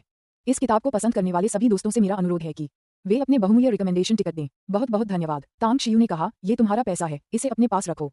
चूंकि तुम मेरी नौकरानी बनोगी, इसलिए मैं तुम्हें रोजमर्रा के खर्चों के लिए कुछ पैसे जरूर दूंगी। और तुम्हारी तनख्वाह अभी के लिए 20,000 प्रति माह। बाद में जब मेरे पास ज्यादा पैसा होगा तो मैं तुम्हारी तनख्वाह बढ़ा दूंगी। मु किंगपिंग एक पल के लिए हिचकिचाई, फिर चुपचाप सिर हिलाया। मु किंगपिंग को देखते हुए तांग शियू को अचानक अमरलोक में बिताए अपने दिन याद आ गए। उन्हें लगा कि पहले उन्हें लोगों का दिल जीतना नहीं आता था, जिसकी वजह से उन्हें हर किसी से धोखा मिला। अब जब वे आधुनिक युग में लौट आए थे तो उन्होंने बदलने का फैसला किया। इसलिए उन्होंने फिर कहा, बहन मु, चूंकि आप मेरी गृहिणी बनने जा रही हैं तो आप मेरे परिवार का हिस्सा हैं। इसके अलावा यिनयिन मेरी शिष्या है, इसलिए अब से जहां भी मेरा घर होगा वही आपका घर होगा। मुझे उम्मीद है कि हमारे बीच ज्यादा औपचारिकताएं नहीं होंगी। भविष्य में अगर आपके पास पैसे न हो तो मुझे बता देना। अगर आपको किसी चीज की जरूरत हो तो बस पूछ लेना, और जब तक मैं कर सकता हूँ मैं जरूर करूंगा। घर। मु किंगपिंग स्तब्ध रह गई और उसकी आंखों में धीरे धीरे आंसू भर आए। जब से उसके पति की कार दुर्घटना में मृत्यु हुई और उसकी बेटी एक अजीब बीमारी से ग्रसित हो गई, तब से उसने अपना घर बेच दिया था और उसे कभी घर की गर्माहट का एहसास नहीं हुआ था। तांग शियू की बातें सुनकर उस पल उसके दिल में खुशी की लहर दौड़ गई। उसका अपना घर था और उनके परिवार में एक नया सदस्य जुड़ गया। मु किंगपिंग ने मन ही मन बुदबुदाया और तुरंत ही उसे तांग शियू के करीब होने का एहसास हुआ। धन्यवाद। मु किंगपिंग के होंठ कुछ बार हिले, लेकिन उसकी आवाज मच्छर के पंखों के फड़फड़ाने जितनी धीमी थी। तांग शियू ने हल्की सी मुस्कान के साथ कहा, ठीक है, मैं उन्हें ट्यूशन पढ़ाता हूँ। आप पहले जाकर आराम कर लीजिए। मु किंगपिंग ने सिर हिलाया और जाने के लिए मुड़ गई। एक पल के बाद तांग शियू ने अपनी दैवीय चेतना से देखा कि मु किंगपिंग के अपने कमरे में लौटने के बाद वह सीधे बिस्तर के सिरहाने पर बैठ गई, अपने घुटनों को गले लगाकर रोने लगी। बेचारी महिला। तांग शियू ने मन ही मन आह भरी। अचानक उसे अपनी माँ की याद आ गई और उसका दिल दुख से भर गया। मु किंगपिंग की हालत ऐसी थी और उसकी माँ ने भी यही सब सहा था। मु किंगपिंग उससे मिल पा रही थी और उसे परिवार जैसा प्यार मिल रहा था, लेकिन उसकी माँ का क्या? उसकी माँ ने उसे पालने पोसने के लिए अथक परिश्रम किया था। उसने कितना दुख सहा होगा, कितनी कठिनाइयों का सामना किया होगा, कितनी बार वह चुपके से रोई होगी। इस क्षण तांग शियू ने मन ही मन कसम खाई कि वह अपनी माँ को फिर कभी जरा सा भी कष्ट नहीं सहने देगा। सम्मेलन कक्ष में लौटकर तांग शियू ने देखा कि वे चारों आपस में फुसफुसा रहे थे। उसने गला साफ करते हुए कहा, कल से प्रथम और द्वितीय वर्ष की सभी पाठ्यपुस्तकें ढूंढकर यहाँ ले आओ। मेरी शिक्षण विधि बहुत सरल है। जब तक आप तकनीकों में निपुण हो जाते हैं, आप पाठ्यपुस्तकों की सभी सामग्री आसानी से सीख सकते हैं।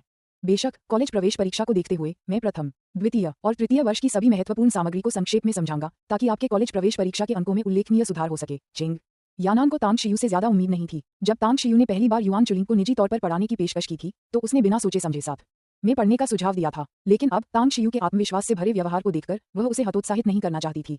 उसने पूछा, तांग शियू, आज हम क्या पढ़ेंगे? तांग शियू ने कहा, चूंकि आप आज अपनी प्रथम और द्वितीय वर्ष की हाई स्कूल की पाठ्यपुस्तकें नहीं लाए हैं, तो चलिए तीसरे वर्ष के पाठ्यक्रम पर बात करते हैं। चीनी भाषा सीखने के लिए ज्ञान की आवश्यकता होती है, लेकिन मैं आपको कॉलेज प्रवेश परीक्षा के लिए मुख्य विषय बता सकती हूँ।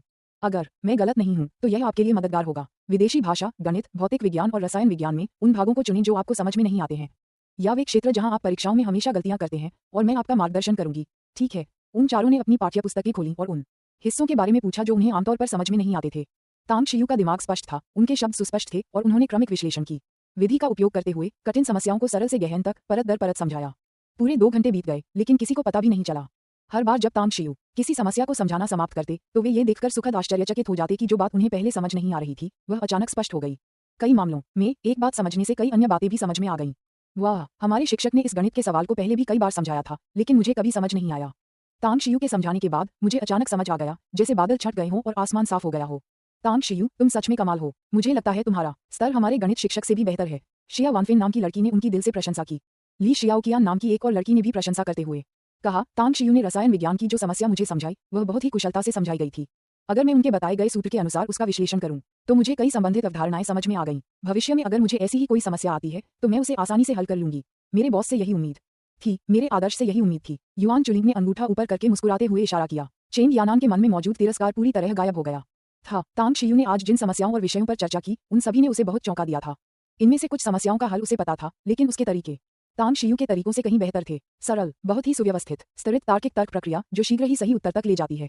चेंग यानान ने तांग शियू की ओर देखते हुए गंभीरता से कहा, शुरू में मुझे लगा था कि मेरे अंकों के साथ दूसरे दर्जे के विश्वविद्यालय में दाखिला मिलना भी बहुत जोखिम भरा होगा, लेकिन अब मुझे पूरा भरोसा है। आपके मार्गदर्शन से मुझे तो पहले दर्जे के प्रमुख विश्वविद्यालय में दाखिला मिलने का भी भरोसा है। तांग शियू, आपका बहुत बहुत धन्यवाद। तांग शियू ने हाथ हिलाते हुए कहा, यह कोई बड़ी बात नहीं है। जब आप सभी बेहतरीन नतीजे हासिल कर लें और प्रमुख विश्वविद्यालयों में दाखिला पा लें तो समय मिलने पर मुझे भी खाने पर दावत देना न भूलें। निश्चित रूप से। चेंग यानान और दोनों लड़कियों ने भारी मन से सिर हिलाया। युआन चुलिंग ने अपनी ठुड्डी सहलाते हुए हंसते हुए कहा, बॉस, भले ही मुझे किसी प्रतिष्ठित विश्वविद्यालय में दाखिला न मिले, मैं आपको शानदार दावत दूंगा। नहीं, आप जितनी बार चाहें उतनी बार। मेरे माता पिता ने कहा है कि वे चाहते हैं कि मैं आपको कभी अपने घर मेहमान के रूप में आमंत्रित करूं। बाद में तांग शियू ने शांत भाव से कहा। वह इस समय युआन चुलिंग की मां से मिलना नहीं चाहता था, अन्यथा लोगों को बचाने और मारने के उसके सारे कारनामे उजागर हो जाते। हालांकि अब वह जानता था कि युआन चुलिंग की मां को शायद उस पर शक हो गया था, लेकिन उसने उसे दोबारा नहीं देखा था, इसलिए भले ही यह सिर्फ एक अनुमान था, वह पूरी तरह से निश्चित नहीं हो सकती थी। खाना तैयार है, क्या आप अभी खाना खा रहे हैं? मु किनपिंग एप्रन पहने मुस्कुराते हुए सम्मेलन कक्ष में आईं। इस समय वह कई साल छोटी लग रही थी, उनका चेहरा दमक रहा था। तांग शियू जानती थी कि मु किनपिंग ने कुछ देर पहले अपने कमरे में फूट फूट कर रोया था। आखिरकार उसने 2 साल से दबाए हुए अपने सारे गुस्से और शिकायतों को बाहर निकाल दिया था। उसने तो एक नई शुरुआत करने, एक नया जीवन शुरू करने का फैसला भी कर लिया था। अभी खाना खा रहा हूँ, तांग शियू ने जवाब दिया और उन चारों को भोजन कक्ष में ले गया। वाह, क्या ये सचमुच रात का खाना है? ये तो बहुत ही शानदार है। मेज पर सजे स्वादिष्ट व्यंजनों को देखकर और उनकी खुशबू को सूंघते हुए जिया वानफेन ने आंखें चौड़ी करके कहा। युआन चुलिंग कुर्सी पर बैठ गई और प्रशंसा करते हुए बोली, कितना शानदार! व्यंजनों की तो बात ही क्या, रंग, सुगंध और स्वाद सब लाजवाब हैं। सिर्फ ये सूप ही देख लीजिए, इसमें चीनी औषधीय जड़ी बूटियां इस्तेमाल की गई हैं। मैं सचमुच बहुत प्रभावित हूँ। मालिक, आप जिस तरह का जीवन जी रहे हैं वह सचमुच किसी सम्राट जैसा है। क्या मैं अब से आपके साथ ही रहने लगूं? स्वागत नहीं, मुझे डर है कि तुम मेरा सारा घर खा जाओगे। तांग शियू ने मुस्कुराते हुए कहा और बैठ गया। युआन चुलिंग ने अपनी आंखें घुमाईं, 2 बार नाक से आवाज निकाली और खाना शुरू कर दिया। रात के खाने ने उन चारों को बड़ी भूख से खाने के लिए प्रेरित किया। क्योंकि खाना बहुत पौष्टिक था, इसलिए हर किसी के भरपेट खाने के बावजूद आधे से ज्यादा खाना बच गया।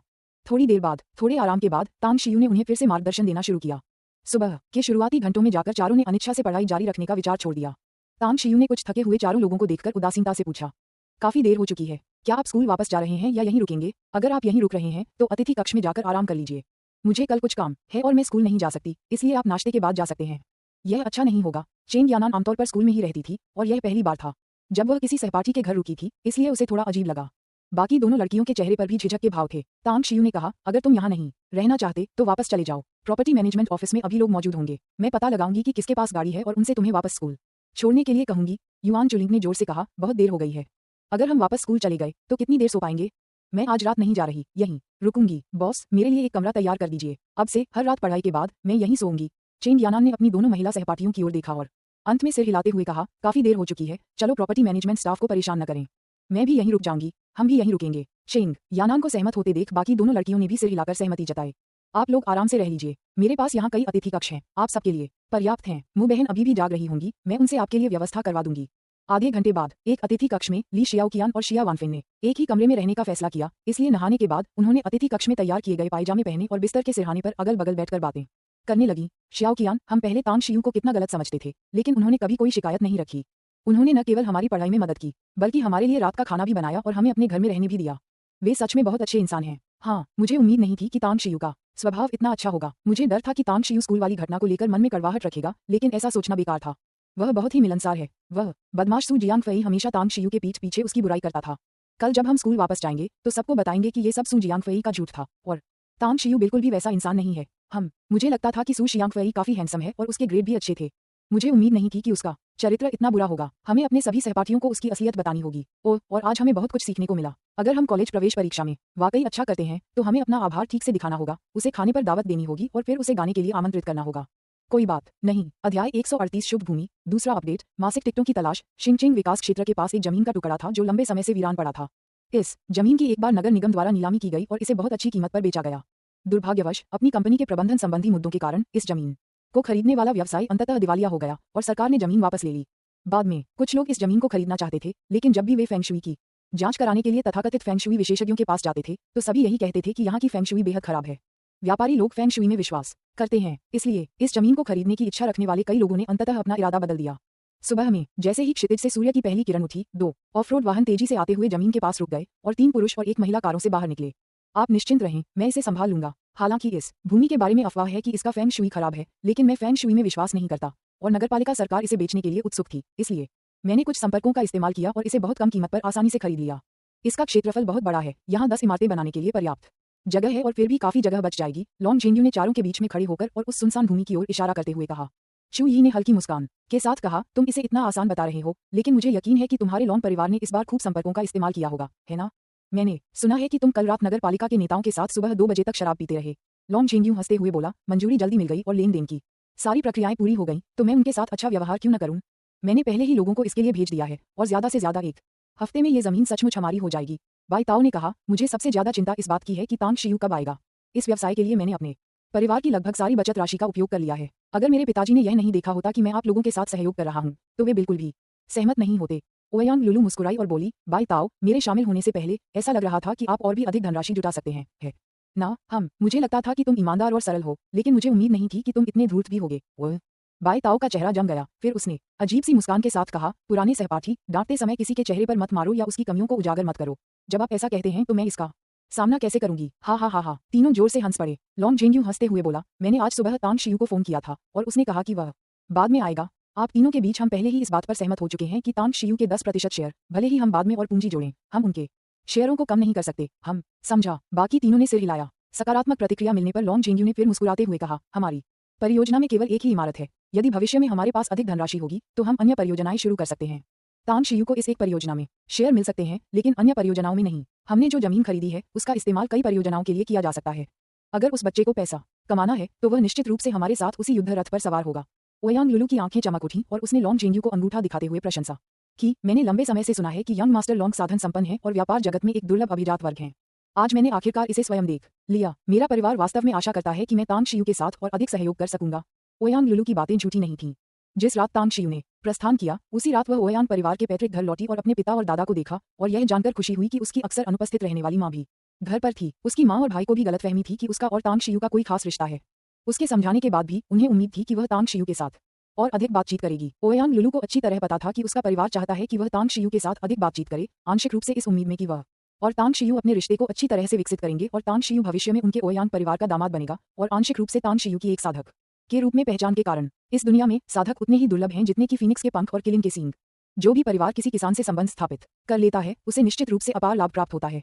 उनका ओयांग परिवार अब जिंगमिन द्वीप के शीर्ष परिवारों में से एक बन गया है, लेकिन उन्हें एक अड़चन का भी सामना करना पड़ा है। तांग शियू की पहचान से उन्हें विकास की अधिक संभावनाएं नजर आने लगीं। लॉन्ग जेंग्यू ने हल्की मुस्कान के साथ कहा, दरअसल जब तक हम तांग शियू को अपने युद्ध रथ से बांध सकते हैं, तब तक निश्चित रूप से और भी आश्चर्यजनक चीजें देखने को मिलेंगी। उदाहरण के लिए, व्यापारिक सहयोग में एक धनी व्यक्ति इस बात पर विचार कर रहा है कि उसे अचल संपत्ति के कारोबार में उतरना चाहिए या नहीं। चू यी ने असमंजस में पूछा, कौन सा अमीर आदमी? लॉन्ग जेंग्यू हंसते हुए बोला, चेंग जिजोंग, बाइडे फार्मास्यूटिकल के मालिक। बेशक, वह तांग शियू का शिष्य भी है क्या? चू यी और बाई ताओ के चेहरे के भाव बदल गए। उन्होंने पहले तांग शियू की जांच के लिए लोगों को भेजा था और पाया कि तांग शियू और चेंग जिजोंग के बीच एक असामान्य संबंध था, और चेंग जिजोंग ने तो सार्वजनिक रूप से ये भी कहा था कि वह तांग शियू का शिष्य बनना चाहता है। लेकिन क्या ये वास्तव में सच था?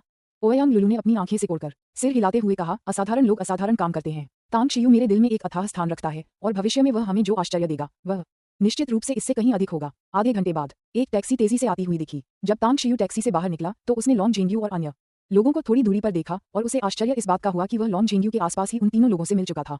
क्या ये आप लोग हैं? तांग शियू की निगाहें ओयांग लुलू पर घूमी और अंत में चू यी और बाई ताओ पर टिक गईं। चू यी हंसते हुए बोली, नमस्ते तांग शियू। जिंगमिन द्वीप पर हमारे बीच पहले एक छोटी सी अनबन हुई थी, और मुझे उम्मीद है कि आप इसे दिल पर नहीं लेंगे।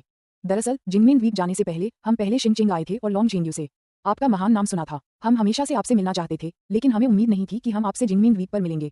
अपने हंसमुख स्वभाव के साथ बाई ताओ भी हंसते हुए बोला, हाँ, अगर हमें तब पता होता कि आप वही तांग शियू हैं जिनके बारे में लॉन्ग जेंग्यू ने बात की थी, तो हम वह जेड पेंडेंट आपको तुरंत लौटा देते। तांग शियू ने सिर हिलाया। वह ये भी जानता था कि इस मामले का चू यी और बाई ताओ से वास्तव में कोई लेना देना नहीं था। असली विरोधी तो चेन काई और ये ताइफू थे। इसके अलावा इस बार चू यी और बाई ताओ ने उसे खुश करने के लिए इतना बड़ा उपहार मुफ्त में दिया ताकि वह अतीत के बारे में न सोचे। अंत में उसकी नजर ओयांग लुलू पर पड़ी और उसने व्यंग्यात्मक मुस्कान के साथ कहा, मैं जहां भी जाता हूं तुम्हें ही क्यों देखता हूं? लॉन्ग जेंग्यू ने कहा कि वह दो दोस्तों के साथ सहयोग कर रहा था, जो कि वे दोनों ही होने चाहिए थे, तो आप भी इसमें क्यों शामिल हो गए? ओयांग लुलू ने तांग शियू की ओर आकर्षक ढंग से आंखें घुमाईं और नाराजगी से कहा, तुम्हारा मतलब क्या है? मैं जहां भी जाती हूं तुम वहीं होते हो। उन्होंने मुझे निवेश करने के लिए आमंत्रित किया, वरना क्या तुम्हें लगता है कि मैं तुमसे मिलना चाहता? तुम निर्दयी व्यक्ति।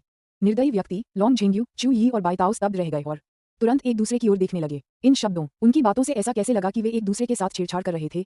ओयांग लुलू के बोलने के बाद उसे भी एहसास हुआ कि उसके शब्द समस्याग्रस्त थे और उसका सुंदर चेहरा तुरंत लाल हो गया, लेकिन उसने आगे कोई स्पष्टीकरण नहीं दिया। तांग शियू ने इस बारे में उस तरह से बिल्कुल नहीं सोचा था। ओयांग लुलू के नाखुश चेहरे को देखकर उसने चुपके से एक व्यंग्यात्मक मुस्कान दी और कहा, छोड़ो, तुम लोग जैसे चाहो वैसे सहयोग कर सकते हो। मैं यहाँ जमीन देखने आया हूँ। क्या यह वही भूमि है? ये फेंग शुई की दृष्टि से एक बहुत ही उत्तम भूमि है। यहाँ विकास और निर्माण करने में, चाहे वह सुविधाजनक परिवहन हो या भौगोलिक स्थिति, इसे एक समृद्ध क्षेत्र में विकसित करना बहुत आसान है। ऐसा ही है? लॉन्ग झेंग्यू ने तुरंत पूछा। आखिर क्या? तांग शियू ने उनके सामने की जमीन की ओर इशारा करते हुए कहा, बस एक ही इमारत बनाना थोड़ा व्यर्थ है। मुझे लगता है कि यहाँ एक इमारत बनाई जा सकती है और फिर आसपास के क्षेत्र को एक समृद्ध वाणिज्यिक जिले और एक उच्च स्तरीय आवासीय क्षेत्र के रूप में विकसित किया जा सकता है। उधर देखो, हालांकि वह जमीन से एक सड़क द्वारा अलग है, लेकिन वह क्षेत्र और भी बड़ा है। यदि इसका सही ढंग से उपयोग किया जाए तो इससे इस पूरे क्षेत्र का मूल्य बढ़ जाएगा। चारों ने एक दूसरे की ओर देखा। उन्होंने कभी सपने में भी नहीं सोचा था कि तांग शियू की कही बात उनके अपने विचारों से मेल खाएगी। लॉन्ग झेंग्यू ने संकोचपूर्वक पूछा, भाई तांग, अगर हम आपकी बात मानकर इस जगह को एक समृद्ध वाणिज्यिक जिले और उच्च श्रेणी के आवासीय क्षेत्र के रूप में विकसित करते हैं, तो क्या आप पूरे क्षेत्र के लिए सभी डिजाइन योजनाएं बना सकते हैं? बहुत आसान। तांग शियू ने बहुत सी विस्मयकारी इमारतें देखी थीं और अगर वह उनकी नकल भी करना चाहे तो वह आसानी से कर सकता था। लॉन्ग झेंग्यू तुरंत उत्साहित हो गया और गहरी आवाज में बोला, भाई तांग, तो चलिए जैसा आप कहते हैं वैसा ही करते हैं और पूरी ताकत लगा देते हैं। हालांकि हमारे पास सीमित धनराशि है, इसलिए हम शुरुआत में केवल एक ही इमारत बना सकते हैं। अगर आगे चलकर सब कुछ ठीक रहा तो हम आगे सहयोग करने और इस जगह को संयुक्त रूप से विकसित करने पर चर्चा कर सकते हैं। तांग शियू ने सिर हिलाकर कहा, अगर आगे की कार्यवाही होती है तो मैं भाग लूंगा। वैसे मुझे अभी पैसों की जरूरत है। क्या टाई लॉन्ग ने तुम्हें पैसे दिए? लॉन्ग झेंग्यू ने कहा, मैंने टाई लॉन्ग की सभी संपत्तियों का हिसाब लगाने के लिए लोगों को भेजा है, जिनका कुल योग 135 मिलियन से अधिक है। मेरे लॉन्ग परिवार को उनकी अचल संपत्तियों का जिम्मा सौंपा जाएगा। मैं कंपनी के वित्त विभाग से जल्द ही आपके खाते में पैसे ट्रांसफर करवा दूंगा। अच्छा, तांग शियू ने सिर हिलाया। हालांकि वह अभी तक त्वचा को निखारने की चरम सीमा तक नहीं पहुंचा था, लेकिन उसे भविष्य में आवश्यक औषधीय जड़ी बूटियों, बहुमूल्य अयस्कों और अन्य चीजों के लिए तैयारी करनी थी। हाथ में पैसा होने से अगर बाद में उनकी मुलाकात उनसे होती है तो उन्हें मौका नहीं गंवाना पड़ेगा।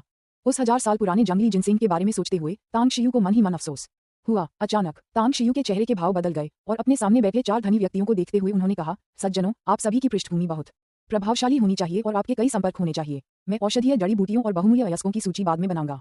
यदि आप इच्छुक हों तो कृपया मुझे आवश्यक औषधीय जड़ी बूटियां खोजने में मदद करें। कीमत पर बातचीत की जा सकती है। लॉन्ग झेंग्यू ने उलझन में पूछा, भाई तांग, आप औषधीय जड़ी बूटियां और बहुमूल्य अयस्क क्यों खरीदना चाहते हैं? ओयांग लुलू ने तुरंत कहा, मैं जानती हूं कि तांग शियू एक बहुत ही कुशल पारंपरिक चीनी चिकित्सक हैं, इसलिए शायद उन्हें चिकित्सा उद्देश्यों के लिए इनकी आवश्यकता होगी, है ना? लेकिन कीमती अयस्क, मुझे नहीं पता कि उसे उनकी क्या जरूरत है। तांग शियू ने कहा, मेरे अपने उपयोग हैं। चू यी ने कहा, तांग शियू, मैं निश्चित रूप से इस मामले को अपना मानकर इसका निपटारा करूंगा। जैसे ही मुझे कोई खबर मिलेगी मैं आपको तुरंत सूचित कर दूंगा। मैं भी, बाई ताओ ने कहा। तांग शियू ने हल्की सी मुस्कान दिखाते हुए कहा, आप सभी का धन्यवाद। जब वह बोल रहा था, तांग शियू के फोन की घंटी बजी। जब उसने अपना फोन निकाला और नंबर देखा तो उसके चेहरे के भाव अचानक बदल गए। जवाब देने के बाद उसने कहा, गु शियाक्सु, तुम आ गई हो। अध्याय 139 कोचवान, तीसरा अपडेट, मासिक टिकटों की तलाश, गु जियाओसुए। तांग शियू की बातों पर ध्यान दे रहे कुछ लोग पल भर में स्तब्ध रह गए। उनकी निगाहें उस पर टिक गईं। वे उस नाम से भलीभांति परिचित थे और राष्ट्रों को पराजित करने की क्षमता रखने वाले उस अत्यंत सुंदर चेहरे की छवि अनायास ही उनके मन में उभर आई। मैं समझ गया, मेरा वही इंतजार करो। तांग शियू ने इतना कहा और फिर फोन काट दिया। उन्होंने लॉन्ग झेंग्यू की ओर देखते हुए कहा, मुझे एक अत्यावश्यक काम है और मुझे तुरंत जाना होगा। यह जमीन अच्छी है, आप इसे विकास के लिए खरीद सकते हैं। साथ ही किसी से इस जमीन का क्षेत्रफल, लंबाई, चौड़ाई और अन्य माप करवाकर मुझे बताएं। जमीन मिलते ही मैं वास्तुशिल्पीय डिजाइन बनाना शुरू कर दूंगा। बोलने के बाद वह मुड़कर जाने लगा। ओयांग लुलू ने तांग शियू को घूरकर देखा, फिर जल्दी से उसके सामने आकर पूछा, क्या अभी आपको फोन करने वाली गु शियाक्सु थी? जिंगमिन द्वीप पर स्थित बयान रेस्टोरेंट की मालकिन? हाँ, तांग शियू ने सिर हिलाया। ओयांग लुलू ने कहा, गु शियाक्सु और मैं अच्छी बहनें हैं। चूंकि वह स्टार सिटी आई है और मैं संयोग से तुम्हारे साथ हूँ, इसलिए मैं तुम्हारे साथ उससे मिलने चलूंगी। नहीं, तांग शियू ने बिना सोचे समझे ही इनकार कर दिया। गु शियाक्सु के साथ होने वाली उनकी आगामी बातचीत पूरी तरह से गुप्त थी और किसी तीसरे व्यक्ति को सुनाई नहीं देनी थी। इसके अलावा इस बार गु शियाक्सु से मिलने के लिए सहमत होकर उन्होंने खुद को खतरे के लिए तैयार कर लिया था। अगर गु शियाक्सु का उन लोगों से कोई संबंध होता जिन्होंने कभी उन्हें सताया था और कोई लड़ाई छिड़ जाती तो सवाल यह उठता कि क्या वह खुद बच भी पाएंगे। ओयांग लुलू को बचाने का मौका तो दूर की बात है। ओयांग लुलू के चेहरे के भाव बदल गए और अनजाने में ही उसके चेहरे पर थोड़ी सी खटास झलक रही थी। उसने पूछा, क्यों नहीं? क्या आप दोनों का कोई संदिग्ध धंधा चल रहा है? क्या मेरे वहां होने से मुझे कोई असुविधा होगी? हाँ, यह संदिग्ध है। तांग शियू ने सिर हिलाया। अपनी कम भावनात्मक बुद्धि के कारण वह ओयांग लुलू के शब्दों के गहरे अर्थ को पूरी तरह से समझने में असमर्थ रहा। ओयांग लुलू दंगम हो गई। उसे उम्मीद नहीं थी कि तांग शियू इतनी आसानी से और सीधे जवाब देगी, जिससे उसके मुंह से निकले शब्द गले में ही अटक गए। दरअसल वह अवाक रह गई, बेशर्म। काफी देर चुप रहने के बाद आखिरकार वह 2 शब्द बोल पाए। तांग शियू ने ओयांग लुलू को अनदेखा करते हुए अपना सिर हिलाया। कुछ कदम चलने के बाद वह अचानक रुक गया। उसके चेहरे पर एक अजीब भाव था और उसने पीछे मुड़कर पूछा, क्या तुम सचमुच मेरे साथ आना चाहती हो? मेरी सचमुच इच्छा है। ओयांग लुलू ने अचानक कुछ कह दिया, फिर तुरंत पछतावा हुआ और सोचने लगी, धिक्कार है, मैंने फिर से अपना संयम खो दिया। उसे समझ नहीं आ रहा था कि तांग शियू का सामना करते ही उसे इतनी घबराहट क्यों होने लगती है। पहले तो वह सब कुछ नियंत्रित कर सकती थी, लेकिन तांग शियू के साथ उनके संवाद की लय हमेशा उसी के हाथ में रहती थी। यह एहसास, इससे वह बहुत निराश हो गई और मानसिक रूप से टूटने की कगार पर पहुंच गई। तांग शियू ने हल्की सी मुस्कान बिखेरी, उसकी आंखों में एक धूर्तता की चमक थी और उसने हल्के से कहा, चूंकि तुम मेरे साथ आना चाहते हो तो चलो चलते हैं। मेरे पास कार नहीं है, इसलिए तुम मुझे ड्राइव करके ले जा सकते हो। ठीक है। ओयांग लुलू ने अपनी कार की चाबियां उठाईं और दूर खड़ी एक sporty land rover range rover की ओर दौड़ पड़ी। वह हमेशा दूसरों को बेबाक और घमंडी लगती थी और वह सफेद लैंड रोवर एसयूवी उसके व्यक्तित्व पर पूरी तरह जंच रही थी। वूर्म इंजन की गर्जना जंगल में गूंज उठी और सफेद लैंड रोवर एसयूवी दूर सीधी सड़क के अंत की ओर एक सफेद तीर की तरह तेजी से निकल गई। सड़क के किनारे लॉन्ग झेंग्यू, चू यी और बाई ताओ ने एक दूसरे की ओर देखा। उनके चेहरों पर अजीब भाव थे। खांसी खांसी। बाई ताओ ने अंगूठा ऊपर करके मुस्कुराते हुए कहा, झेंग्यू, अब से तांग शियू सिर्फ तुम्हारा ही आदर्श नहीं, मेरा भी आदर्श है। बाई ताओ, वो कमाल का है। यहाँ तक कि जंगली घोड़े जैसी दिखने वाली ओयांग लुलू भी उसके वश में हो गई है। यहाँ तक कि बर्फीली सुंदरता जैसी दिखने वाली गू शियाक्सू भी उससे गुप्त मुलाकात के लिए हजारों मील का सफर तय करके स्टार सिटी आई है। ये भाई सचमुच तबाही का हथियार है, अकेली सुंदरियों का नाश करने वाला है। चू यी हंसते हुए बोली, मुझे लगा कि मैं गलत थी, लेकिन मुझे लगता है कि तुमने भी इसे महसूस कर लिया। बाई ताओ, हमारी सहपाठी लुलू का लहजा अभी अभी सचमुच बहुत खराब था। बाई ताओ हंसते हुए बोली, मैं कसम खाती हूँ, ओयांग लुलू इस जन्म में आइडल तांग पर पूरी तरह फिदा हो गई है। उसके जैसी औरत जो आमतौर पर सबको नीचा समझती है, एक बार जब उसे सच्चा प्यार हो जाए तो वो खुद को पेड़ पर लटका लेगी। लॉन्ग झेंग्यू उनकी बातचीत सुन रहा था। उसके चेहरे पर एक कड़वी मुस्कान आ गई और उसने कहा, इतने सारे प्रेम प्रसंगों में उलझना अच्छी बात नहीं है। हालांकि तांग शियू बुद्धिमान है, लेकिन मैं समझ सकता हूँ कि उसकी भावनात्मक समझ उतनी अच्छी नहीं है। भविष्य में इतनी सारी महिलाओं द्वारा उसका पीछा किया जाना उसके लिए शायद अच्छा न हो। हम चू यी और बाई ताओ ने एक दूसरे को देखा, फिर लॉन्ग झेंग्यू की ओर आंखें घुमाकर देखा। बाई ताओ हंसते हुए बड़बड़ाया, युवा स्वामी लॉन्ग, आप तो बस ईर्ष्या कर रहे हैं। चाहे वह ओयांग लुलू हो या गू शियाक्सू, दोनों ही बुद्धिमान लड़कियां हैं। तांग शियू की भावनात्मक बुद्धिमत्ता कम होने के कारण ही वह उन्हें आकर्षित करने में और भी माहिर है। बस देखते रहिए, एक दिन तांग शियू सुंदरियों के साथ आराम करेगा, सत्ता अपने हाथों में लेगा और कई पत्नियों का सुख भोगेगा। दफा हो जाओ, मेरे साथ साहित्यिक बनने की कोशिश मत करो। लॉन्ग झेंग्यू ने झुंझलाहट भरे लहजे में कहा। तेज रफ्तार लैंड रोवर एसयूवी के अंदर स्टीयरिंग व्हील को कसकर पकड़े हुए ओयांग लुलू थोड़ी खोई खोई सी लग रही थी। उसका मन अभी भी तांग शियू और गू शियाक्सू के बीच के रिश्ते के बारे में सोच रहा था। वह गू शियाक्सू के स्वभाव को समझती थी। अगर उनके बीच कोई खास रिश्ता न होता तो वह तांग शियू को ढूंढने के लिए हजारों मील दूर स्टार सिटी तक का सफर कभी न करती। असल में वह बयान रेस्टोरेंट के पहाड़ी विला से मुश्किल से ही बाहर निकलती। तांग शियू बान रेस्टोरेंट गया, थाउजेंड मशीन एरे से गुजरा और खूब हंगामा मचाया। क्या फिर उन दोनों का रिश्ता बन गया? ओयांग लुलू ने चिढ़ते हुए सोचा। गाड़ी चलाने पर ध्यान दें। तांग शियू ने खिड़की से अपनी नजर हटाई, ओयांग लुलू के विचलित चेहरे को देखा और तुरंत उसे याद दिलाया। ओयांग लुलू ने तांग शियू की ओर एक नजर डाली, फिर गाड़ी चलाते हुए सहजता से पूछा, तांग शियू, हमने सुख दुख में साथ साथ समय बिताया है और यहाँ तक कि दोस्त बनकर साथ रहे भी हैं। अब तो हम उस मुकाम पर पहुंच चुके हैं जहां हम किसी भी बात पर खुलकर चर्चा कर सकते हैं, है ना? उद्धरण चिन्ह डॉट डॉट डॉट उद्धरण चिन्ह। तांग शियू ने अपना चेहरा कार की खिड़की की ओर घुमा लिया और ओयांग लुलू को जवाब देने की जहमत नहीं उठाई। उसे सच में याद नहीं था कि कब वे दोनों सुख दुख में एक साथ थे। और वो सहवास नहीं, वो बिल्कुल भी सहवास नहीं था। वो तो बस एक ही छत के नीचे 2 कमरों वाले घर में रहना था और वो तो उसकी चोटों के इलाज के लिए उसे मुफ्त में मसाज भी देता था। ओयांग लुलू तांग शियू के घमंडी रवैये की आदी लग रही थी और उसे गुस्सा नहीं आया। उसने हल्की मुस्कान के साथ पूछा, चूंकि हम अच्छे दोस्त हैं और हर बात पर चर्चा कर सकते हैं, तो आपको मुझे बताना चाहिए कि गू शियाक्सू के साथ आपका रिश्ता क्या है ना? क्या आप दोनों डेटिंग कर रहे हैं? तुम्हारी दादी के साथ डेटिंग? तांग शियू ने लगभग ये वाक्य बोल ही दिया था। उसे खुद भी नहीं पता था कि गू शियाक्सू के साथ उसका रिश्ता इस समय कैसा है। हो सकता है कि वे एक दूसरे के कट्टर दुश्मन हों। ओयांग लुलू ने भौहें चढ़ाते हुए कहा, चुप रहना सहमति का प्रतीक है। मुझे इसकी उम्मीद नहीं थी। मुझे उम्मीद नहीं थी कि तुम भी चुगली करने वाले होगे। गाड़ी ठीक से चलाओ और अगर बकवास करते रहे तो मैं तुम्हें बाहर निकाल दूंगी। तांग शियू ने चिढ़कर कहा। आप? ओयांग लुलू गुस्से से आग बबूला थी, लेकिन तांग शियू के अधीर चेहरे को देखकर आखिरकार उसे अपने दिल की झुंझलाहट को दबाना पड़ा। उसने गुस्से से आगे देखा और एक्सीलरेटर पर जोर से पैर रख दिया। आप तेज गति से गाड़ी चला रहे हैं, आपको जुर्माना देना होगा और अंक भी कटेंगे। हालांकि तांग शियू को अभी तक ड्राइविंग लाइसेंस नहीं मिला था, फिर भी उसे बुनियादी जानकारी थी। ओयांग लुलू ने गुस्से से कहा, इससे तुम्हारा कोई लेना देना नहीं है। ओह! तांग शियू ने कड़वी मुस्कान दी और मन ही मन आह भरी कि एक औरत का दिल समुद्र की गहराई में पड़ी सुई की तरह होता है। उसे सच में समझ नहीं आ रहा था कि यह औरत क्या सोच रही है। स्टारी स्काई बिल्डिंग, सफेद रंग की सुरीली पोशाक पहने और सफेद हैंडबैग लिए गू शियाक्सू शोरगुल भरे परिवेश में बिल्कुल अलग, मानो किसी परी से आए हो। उसकी असाधारण सुंदरता चुंबक की तरह उसके आसपास के सभी पुरुषों और साथ ही साथ कई महिलाओं की निगाहों को भी अपनी ओर खींच रही थी। तथापि उसके शरीर से निकलने वाली ठंडक ने अनगिनत पुरुषों को उससे संपर्क करने और बातचीत शुरू करने से रोक दिया। अंत में एक आकर्षक पुरुष जो स्वयं को सभ्य और सुरुचिपूर्ण समझता था, हर हाव भाव में एक विशेष मर्दाना आकर्षण बिखेरने की पूरी कोशिश कर रहा था। वह आगे बढ़ा और मुस्कुराते हुए बोला, मैडम, क्या मैं आपकी किसी काम में मदद कर सकता हूँ? दूर जाओ। गू शियाक्सू की आवाज मधुर थी, लेकिन उसके मुंह से निकले 2 शब्दों ने उस सुंदर व्यक्ति के चेहरे पर हैरानी का भाव ला दिया। फिर उसने कड़वी मुस्कान बिखेरी और किनारे की ओर सरक गया। हा, एक अत्यात्मविश्वासी व्यक्ति, हंस का मांस खाने की चाह रखने वाला मेढक, अंत में खुद को मूर्ख साबित कर बैठा, है ना? वह सचमुच एक देवी हैं, उनका व्यक्तित्व बहुत प्रभावशाली है। अब से टीवी पर दिखने वाली वो सारी महिला हस्तियां कहीं दूर जाकर मर जाएं, मेरी देवी की बराबरी कोई नहीं कर सकता। अगर मुझे ऐसी बर्फ की सुंदरता से शादी करने का मौका मिले, भले ही इसका मतलब मेरी उम्र 20 साल कम होना हो, तो मैं खुशी खुशी शादी कर लूंगा। 20 साल मत कहो, मैं 30 साल के लिए भी तैयार हूँ। वो वाकई बहुत खूबसूरत है, मेरा दिल इतनी तेजी से क्यों धड़क रहा है। गू शियाक्सु मुड़कर जाना चाहती थी, लेकिन तांग शियू का इंतजार करने के लिए उसे खुद को रोकना पड़ा। बाहरी दुनिया से बहुत कम संपर्क होने के कारण उसे सार्वजनिक स्थानों पर रहने की आदत नहीं थी और अनगिनत लोगों द्वारा उंगली उठाए जाने की तो और भी कम। चीख! पास ही अचानक ब्रेक लगने की तेज आवाज गूंजी, जिससे कई लोगों का ध्यान आकर्षित हुआ। यात्री सीट से तांग शियू ने ओयांग लुलू की ओर एक नजर डाली और उदासीनता से कहा, मुझे यहाँ लाने के लिए धन्यवाद। मुझे और गू शियाक्सु को कुछ महत्वपूर्ण मामलों पर चर्चा करनी है। अब आप जा सकती हैं। क्या? तांग शियू की बातें सुनकर ओयांग लुलू की आंखें फटी रह गईं।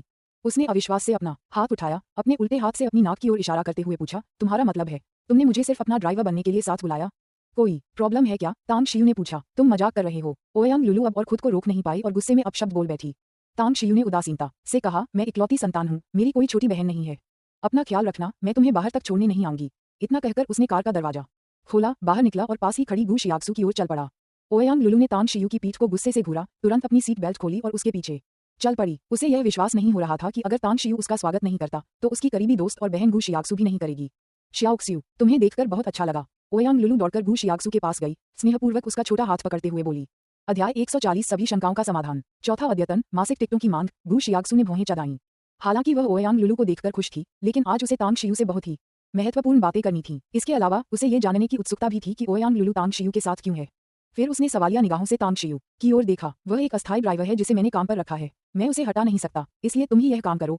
तांग शियू गू शियाक्सु के पास गई और हल्के स्वर में बोली। गू शियाक्सु को अचानक बात समझ आ गई। उसने ओयांग लुलू की ओर थोड़ी माफी भरी नजरों से देखते हुए कहा, लुलू, तुम्हें स्टार सिटी में देखकर मुझे भी बहुत खुशी हुई, लेकिन तांग शियू और मुझे कुछ बहुत जरूरी बात करनी है। क्या तुम हमें कुछ समय के लिए अकेला छोड़ सकती हो? अगर मुमकिन हुआ तो मैं जिंगमेन द्वीप लौटने पर तुमसे संपर्क करूंगी। क्या? ओयांग लुलू का दिमाग एक पल के लिए सुन्न हो गया। उसने कभी सोचा भी नहीं था कि गू शियाक्सु इतनी आज्ञाकारी होगी, तांग शियू के हर आदेश का पालन करेगी। क्या यह अब भी उसकी अच्छी बहन है? क्या ऐसा हो सकता है कि गू शियाक्सु सचमुच तांग शियू के प्यार में पूरी तरह से पड़ गई हो? ओयांग लुलू ने पहले तांग शियू को देखा, फिर गू शियाक्सु को और अंत में बेबसी से सिर हिलाते हुए कहा, तो तुम दोनों बात करो, मैं पहले बोलती हूँ। आसपास खड़े दर्शक जब उन्होंने एक स्पोर्ट्स लैंड रोवर एसयूवी को देखा तो उत्सुकता से देखने लगे, लेकिन जब उन्होंने तांग शियू और ओयांग लुलू को देखा तो वे तुरंत दंग रह गए। उन्होंने तांग शियू को पूरी तरह से नजरअंदाज कर दिया। उनकी निगाहों का 99% हिस्सा ओयांग लुलू पर टिका हुआ था, क्योंकि यह खूबसूरत लड़की चाहे रूप रंग में हो या स्वभाव में, बहती हुई सफेद पोशाक वाली परी के लगभग बराबर थी। सारी अच्छी पत्तागोभी सुअरों ने खा ली है। इस समय अनगिनत लोगों ने अंततः तांग शियू की ओर देखा, उनकी आंखों में तीव्र ईर्ष्या भरी हुई थी। तथापि जब उन्होंने ओयांग लुलू को लैंड रोवर एसयूवी में वापस जाते और सीधे गाड़ी चलाते देखा और फिर तांग शियू और गू शियाक्सु को इमारत की ओर चलते देखा, तो उनकी आंखों से मानो आग निकल आए। क्या मैं अंधा हूँ या फिर वो दोनों देवियां अंधी हैं? वो दोनों उस आदमी के साथ कैसे जुड़ी हुई हैं? धिक्कार है, उस लड़के का बैकग्राउंड क्या है? उसके साथ एक के बाद एक देवी कैसे हो सकती हैं? मेरा दिल टूट गया। मेरी सपनों की रानी किसी और के साथ चली गई। मैं पता लगाऊंगा कि वह बदमाश कौन है। आखिर महिलाओं के मामले में उसकी किस्मत इतनी अच्छी क्यों है? तांग शियू और गू शियाक्सु चुपचाप एक दूसरे को समझते हुए साथ साथ चल रहे थे। स्टारलाइट बिल्डिंग की 44वीं मंजिल पर स्टार सिटी का सबसे प्रसिद्ध दर्शनीय कैफे था। खिड़की के पास बैठकर स्टार सिटी का लगभग पूरा नजारा देखा जा सकता था। आप दोनों क्या लेना चाहेंगे? एक खूबसूरत वेट्रेस बड़े ही सलीके से चलकर आई और पेशेवर मुस्कान के साथ पूछा। सादा पानी, सादा पानी। तांग शियू और गू जियाओसुए ने एक सुर में कहा। वेट्रेस ने उन दोनों को हैरानी से देखा। उसे समझ नहीं आ रहा था कि कैफे में आए दो मेहमान सिर्फ सादा पानी क्यों मंगवाएंगे, लेकिन ग्राहक तो मानो भगवान थे और वेट्रेस को उनकी हर इच्छा पूरी करनी थी, इसलिए उसने मुस्कुराते हुए कहा, कृपया एक पल रुकिए। गू शियाक्सु की खूबसूरत निगाहें तांग शियू की ओर मुड़ीं और उसने गहरी आवाज में पूछा, मुझे याद है आपने फोन पर कहा था कि जल काटने वाले ड्रैगन लॉक एरे और 1000 मशीन एरे दोनों आपने ही बनाए थे। क्या ये सच है या झूठ? तांग शियू की दिव्य चेतना चारों ओर फैल गई और कुछ 100 मीटर के दायरे में किसी अन्य साधक को न पाकर उसे थोड़ी राहत महसूस हुई और उसने हल्के से कहा, हाँ, यह मैं ही था। गू शियाक्सु का शरीर एकदम तनावग्रस्त हो गया और उसने कहा, जहां तक मुझे पता है, जल काटने वाले ड्रैगन लॉक एरे और 1000 मशीन एरे का सृजन अमरलोक के एक पूजनीय व्यक्ति ने किया था। उनका नाम भी आपके जैसा ही है, तांग शियू। क्या आप मुझे बता सकते हैं कि आप दोनों का क्या संबंध है? तांग शियू ने आह भरी, लगता है आपको बहुत कुछ पता है। मुझे पहले तो विश्वास ही नहीं था कि अमरलोक से कोई पृथ्वी पर आया होगा, लेकिन सच्चाई मेरी उम्मीदों से कहीं ज्यादा है। आपके सवाल का जवाब देने से पहले आपको मुझे बताना होगा कि आपके गुरु कौन है और आपके 100 स्वादिष्ट व्यंजनों वाले रेस्टोरेंट में जल काटने वाले ड्रैगन लॉक एरे और 1000 मशीन एरे क्यों हैं? गू यान मैंने तुम्हें पहले भी बताया था, गू जियाओसुए ने कहा। तांग शियू ने सिर हिलाते हुए गंभीरता से कहा, मैं सिर्फ नाम नहीं पूछ रहा हूँ, मैं उसकी पृष्ठभूमि के बारे में जानना चाहता हूँ। गू शियाक्सु ने तांग शियू को ध्यान से देखा। काफी देर की चुप्पी के बाद उसने धीरे से कहा, चूंकि आप अमरलोक के बारे में जानते हैं तो मैं आपको बता दूं कि मेरे गुरु अमरलोक से हैं। तांग शियू अचानक उठ खड़ा हुआ, उत्तेजना से उसका शरीर थोड़ा कांप रहा था। उसने मेज पर हाथ रखकर गू शियाक्सु की आंखों में टकटकी लगाकर कहा, तुम जो चाहो खा सकती हो, लेकिन बकवास मत करो। पृथ्वी और अमरलोक के बीच एक स्थानिक अवरोध है और अमरलोक के पास पृथ्वी के निर्देशांक भी नहीं हैं। भला तुम्हारा गुरु पृथ्वी पर कैसे आ सकता है? गु शियाक्सु ने कमजोरी न दिखाते हुए तांग शियू को घूरकर देखा और कहा, मेरी गुरु के अपने तरीके तो हैं ही, मैंने तुम्हारे सवाल का जवाब दे दिया है, अब मेरी बारी है मेरे सवाल का जवाब देने की। तांग शियू चुप हो गया। वह अपनी सीट पर वापस बैठ गया और धीरे धीरे अपनी आंखें बंद कर लीं। बहुत समय बाद तांग शियू ने अपनी आंखें फिर से खोलीं, उनकी गहराई में एक तेज चमक दिखाई दी और उदासीनता से कहा, मैं आपसे एक आखिरी सवाल पूछना चाहता हूँ। अगर आपका जवाब मुझे संतुष्ट करता है तो मैं आपको जवाब बता सकता हूँ, पूछ लेना। गु शियाक्सु ने भौहें चढ़ाईं, लेकिन फिर भी बोली। तांग शियू ने पूछा, क्या आपने कभी परिवान हुआ सम्राट दानकिंग या 9 प्रकाशमान किन दानव के नाम सुने हैं? परिवान हुआ सम्राट डैंकिंग 9 प्रकाशमान किन दानव। गु शियाक्सु से एक भयानक और जानलेवा आभा निकल रही थी जब उसने गहरी आवाज में कहा, मैंने अपनी गुरु को बेहोशी की हालत में अनगिनत बार इन नामों का उच्चारण करते सुना है। ये सभी मरने के लायक हैं, इनमें से हर एक, क्या वे मरने के लायक हैं? तांग शियू ने गु शियाक्सु के घातक इरादे को भांप लिया और उसका दिल पल भर में कांप उठा। पलक झपकते ही अंततः उसने पुष्टि की कि उसकी प्रिय शिष्या अभी भी जीवित है, न केवल जीवित बल्कि उसके मामलों से भी अवगत है। इससे भी महत्वपूर्ण बात यह है कि वह उन कमीनों से घृणा करती थी जिन्होंने उसे धोखा दिया था। उसके मन में उनके प्रति हत्या की प्रबल इच्छा थी। उफ, तांग शियू का सबसे बड़ा डर सच नहीं हुआ, जिससे उनका दिल राहत से भर गया और उन्हें अपने उस शिष्य की और भी ज्यादा याद आने लगी जिसका उन्होंने खुद पालन पोषण किया था। उसने गु शियाक्सु की ओर देखा और गंभीरता से कहा, किस्मत के एक अजीब मोड़ से मैं अमरलोक चला गया। अमरलोक में 10,000 साल पलक झपकते ही बीत गए। शायद मेरी नियति में मृत्यु न होना लिखा था और जब मेरी चेतना वापस लौटी तो मैं पृथ्वी पर आ गया। इस जीवन में कुछ लोग ऐसे हैं जिनसे मैं नफरत करता हूँ और कुछ ऐसे हैं जिन्हें मैं याद करता हूँ। अमरलोक में रहते हुए मैंने एक बार गुयान एर नाम की एक शिष्या को अपना शिष्य बनाया था। मैंने उसे ये नाम दिया और उसका पालन पोषण स्वयं किया। बस अफसोस की बात है, गु शियाक्सु अचानक खड़ी हो गई। उसका शरीर बुरी तरह कांप रहा था। तांग शियू की भावुक निगाहों को देखते हुए उसने कैफे में मौजूद अन्य लोगों की अनदेखी की, मेज के चारों ओर घूमी, सीधे घुटनों के बल बैठ गई और कांपती हुई आवाज में बोली, शिष्य की शिष्या गु शियाक्सु, गुरुजी को प्रणाम। तांग शियू ने जल्दबाजी में पूछा, आपके गुरु, क्या वह सचमुच मेरी शिष्या है? हाँ। गु शियाक्सु का जवाब असाधारण रूप से दृढ़ था। तांग शियू ने फिर पूछा, वह कहाँ है? गु शियाक्सु ने कहा, 100 स्वादिष्ट व्यंजनों का रेस्तरां। तांग शियू की पुतलियां सिकुड़ गईं और उसने बिना किसी झिझक के कहा, चलो तुरंत जिनमिन द्वीप चलते हैं, तुरंत 100 डेलिकेसीज रेस्टोरेंट चलते हैं। समय गुजर जाता है। गुरु और पिता होने के नाते उन्हें अंततः अपनी शिष्या का समाचार मिला।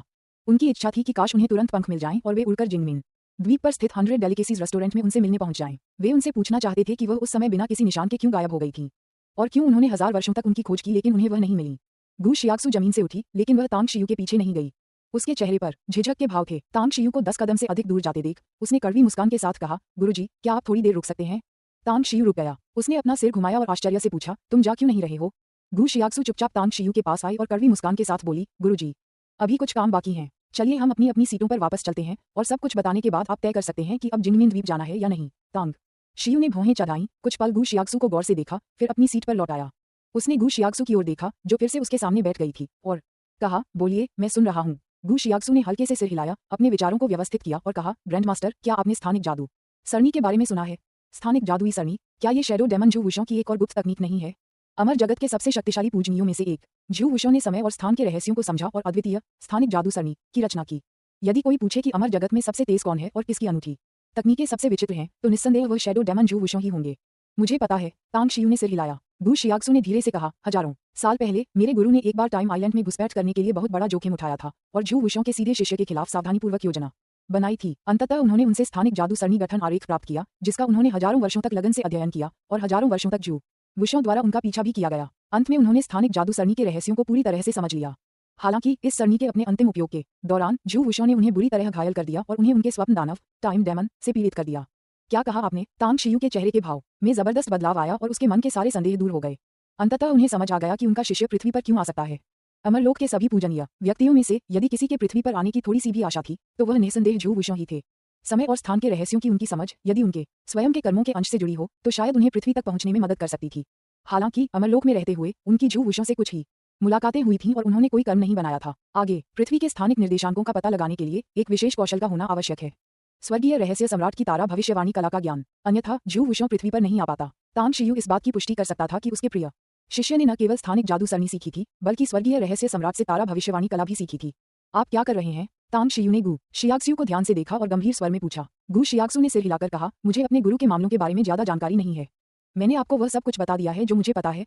तांग शियू फिर से खड़ी हो गई और बोली, चलो चलें जिनमिन द्वीप की ओर। जब दोनों कार से हवाई अड्डे पहुंचे तो तांग शियू ये जानकर निराश हो गई कि स्टार सिटी से जिनमिन द्वीप के लिए दिन में केवल 2 ही उड़ानें हैं और आखिरी उड़ान 20 मिनट पहले ही रवाना हो चुकी है। अगर उन्हें आज ही जिनमिन द्वीप जाना है तो उन्हें कोई और रास्ता ढूंढना होगा। तथापि अन्य रास्तों में बहुत समय लगता, जो अधीर तांग शियू के लिए एक कष्टदायक बात थी। मुझे किसी का ख्याल आया। अपनी बहती हुई सफेद पोशाक में गु शियाक्सु तांग शियू के बगल में खड़ी थी और सोच विचार करते हुए बोली, तुम्हारा क्या मतलब है? तांग शियू ने पूछा,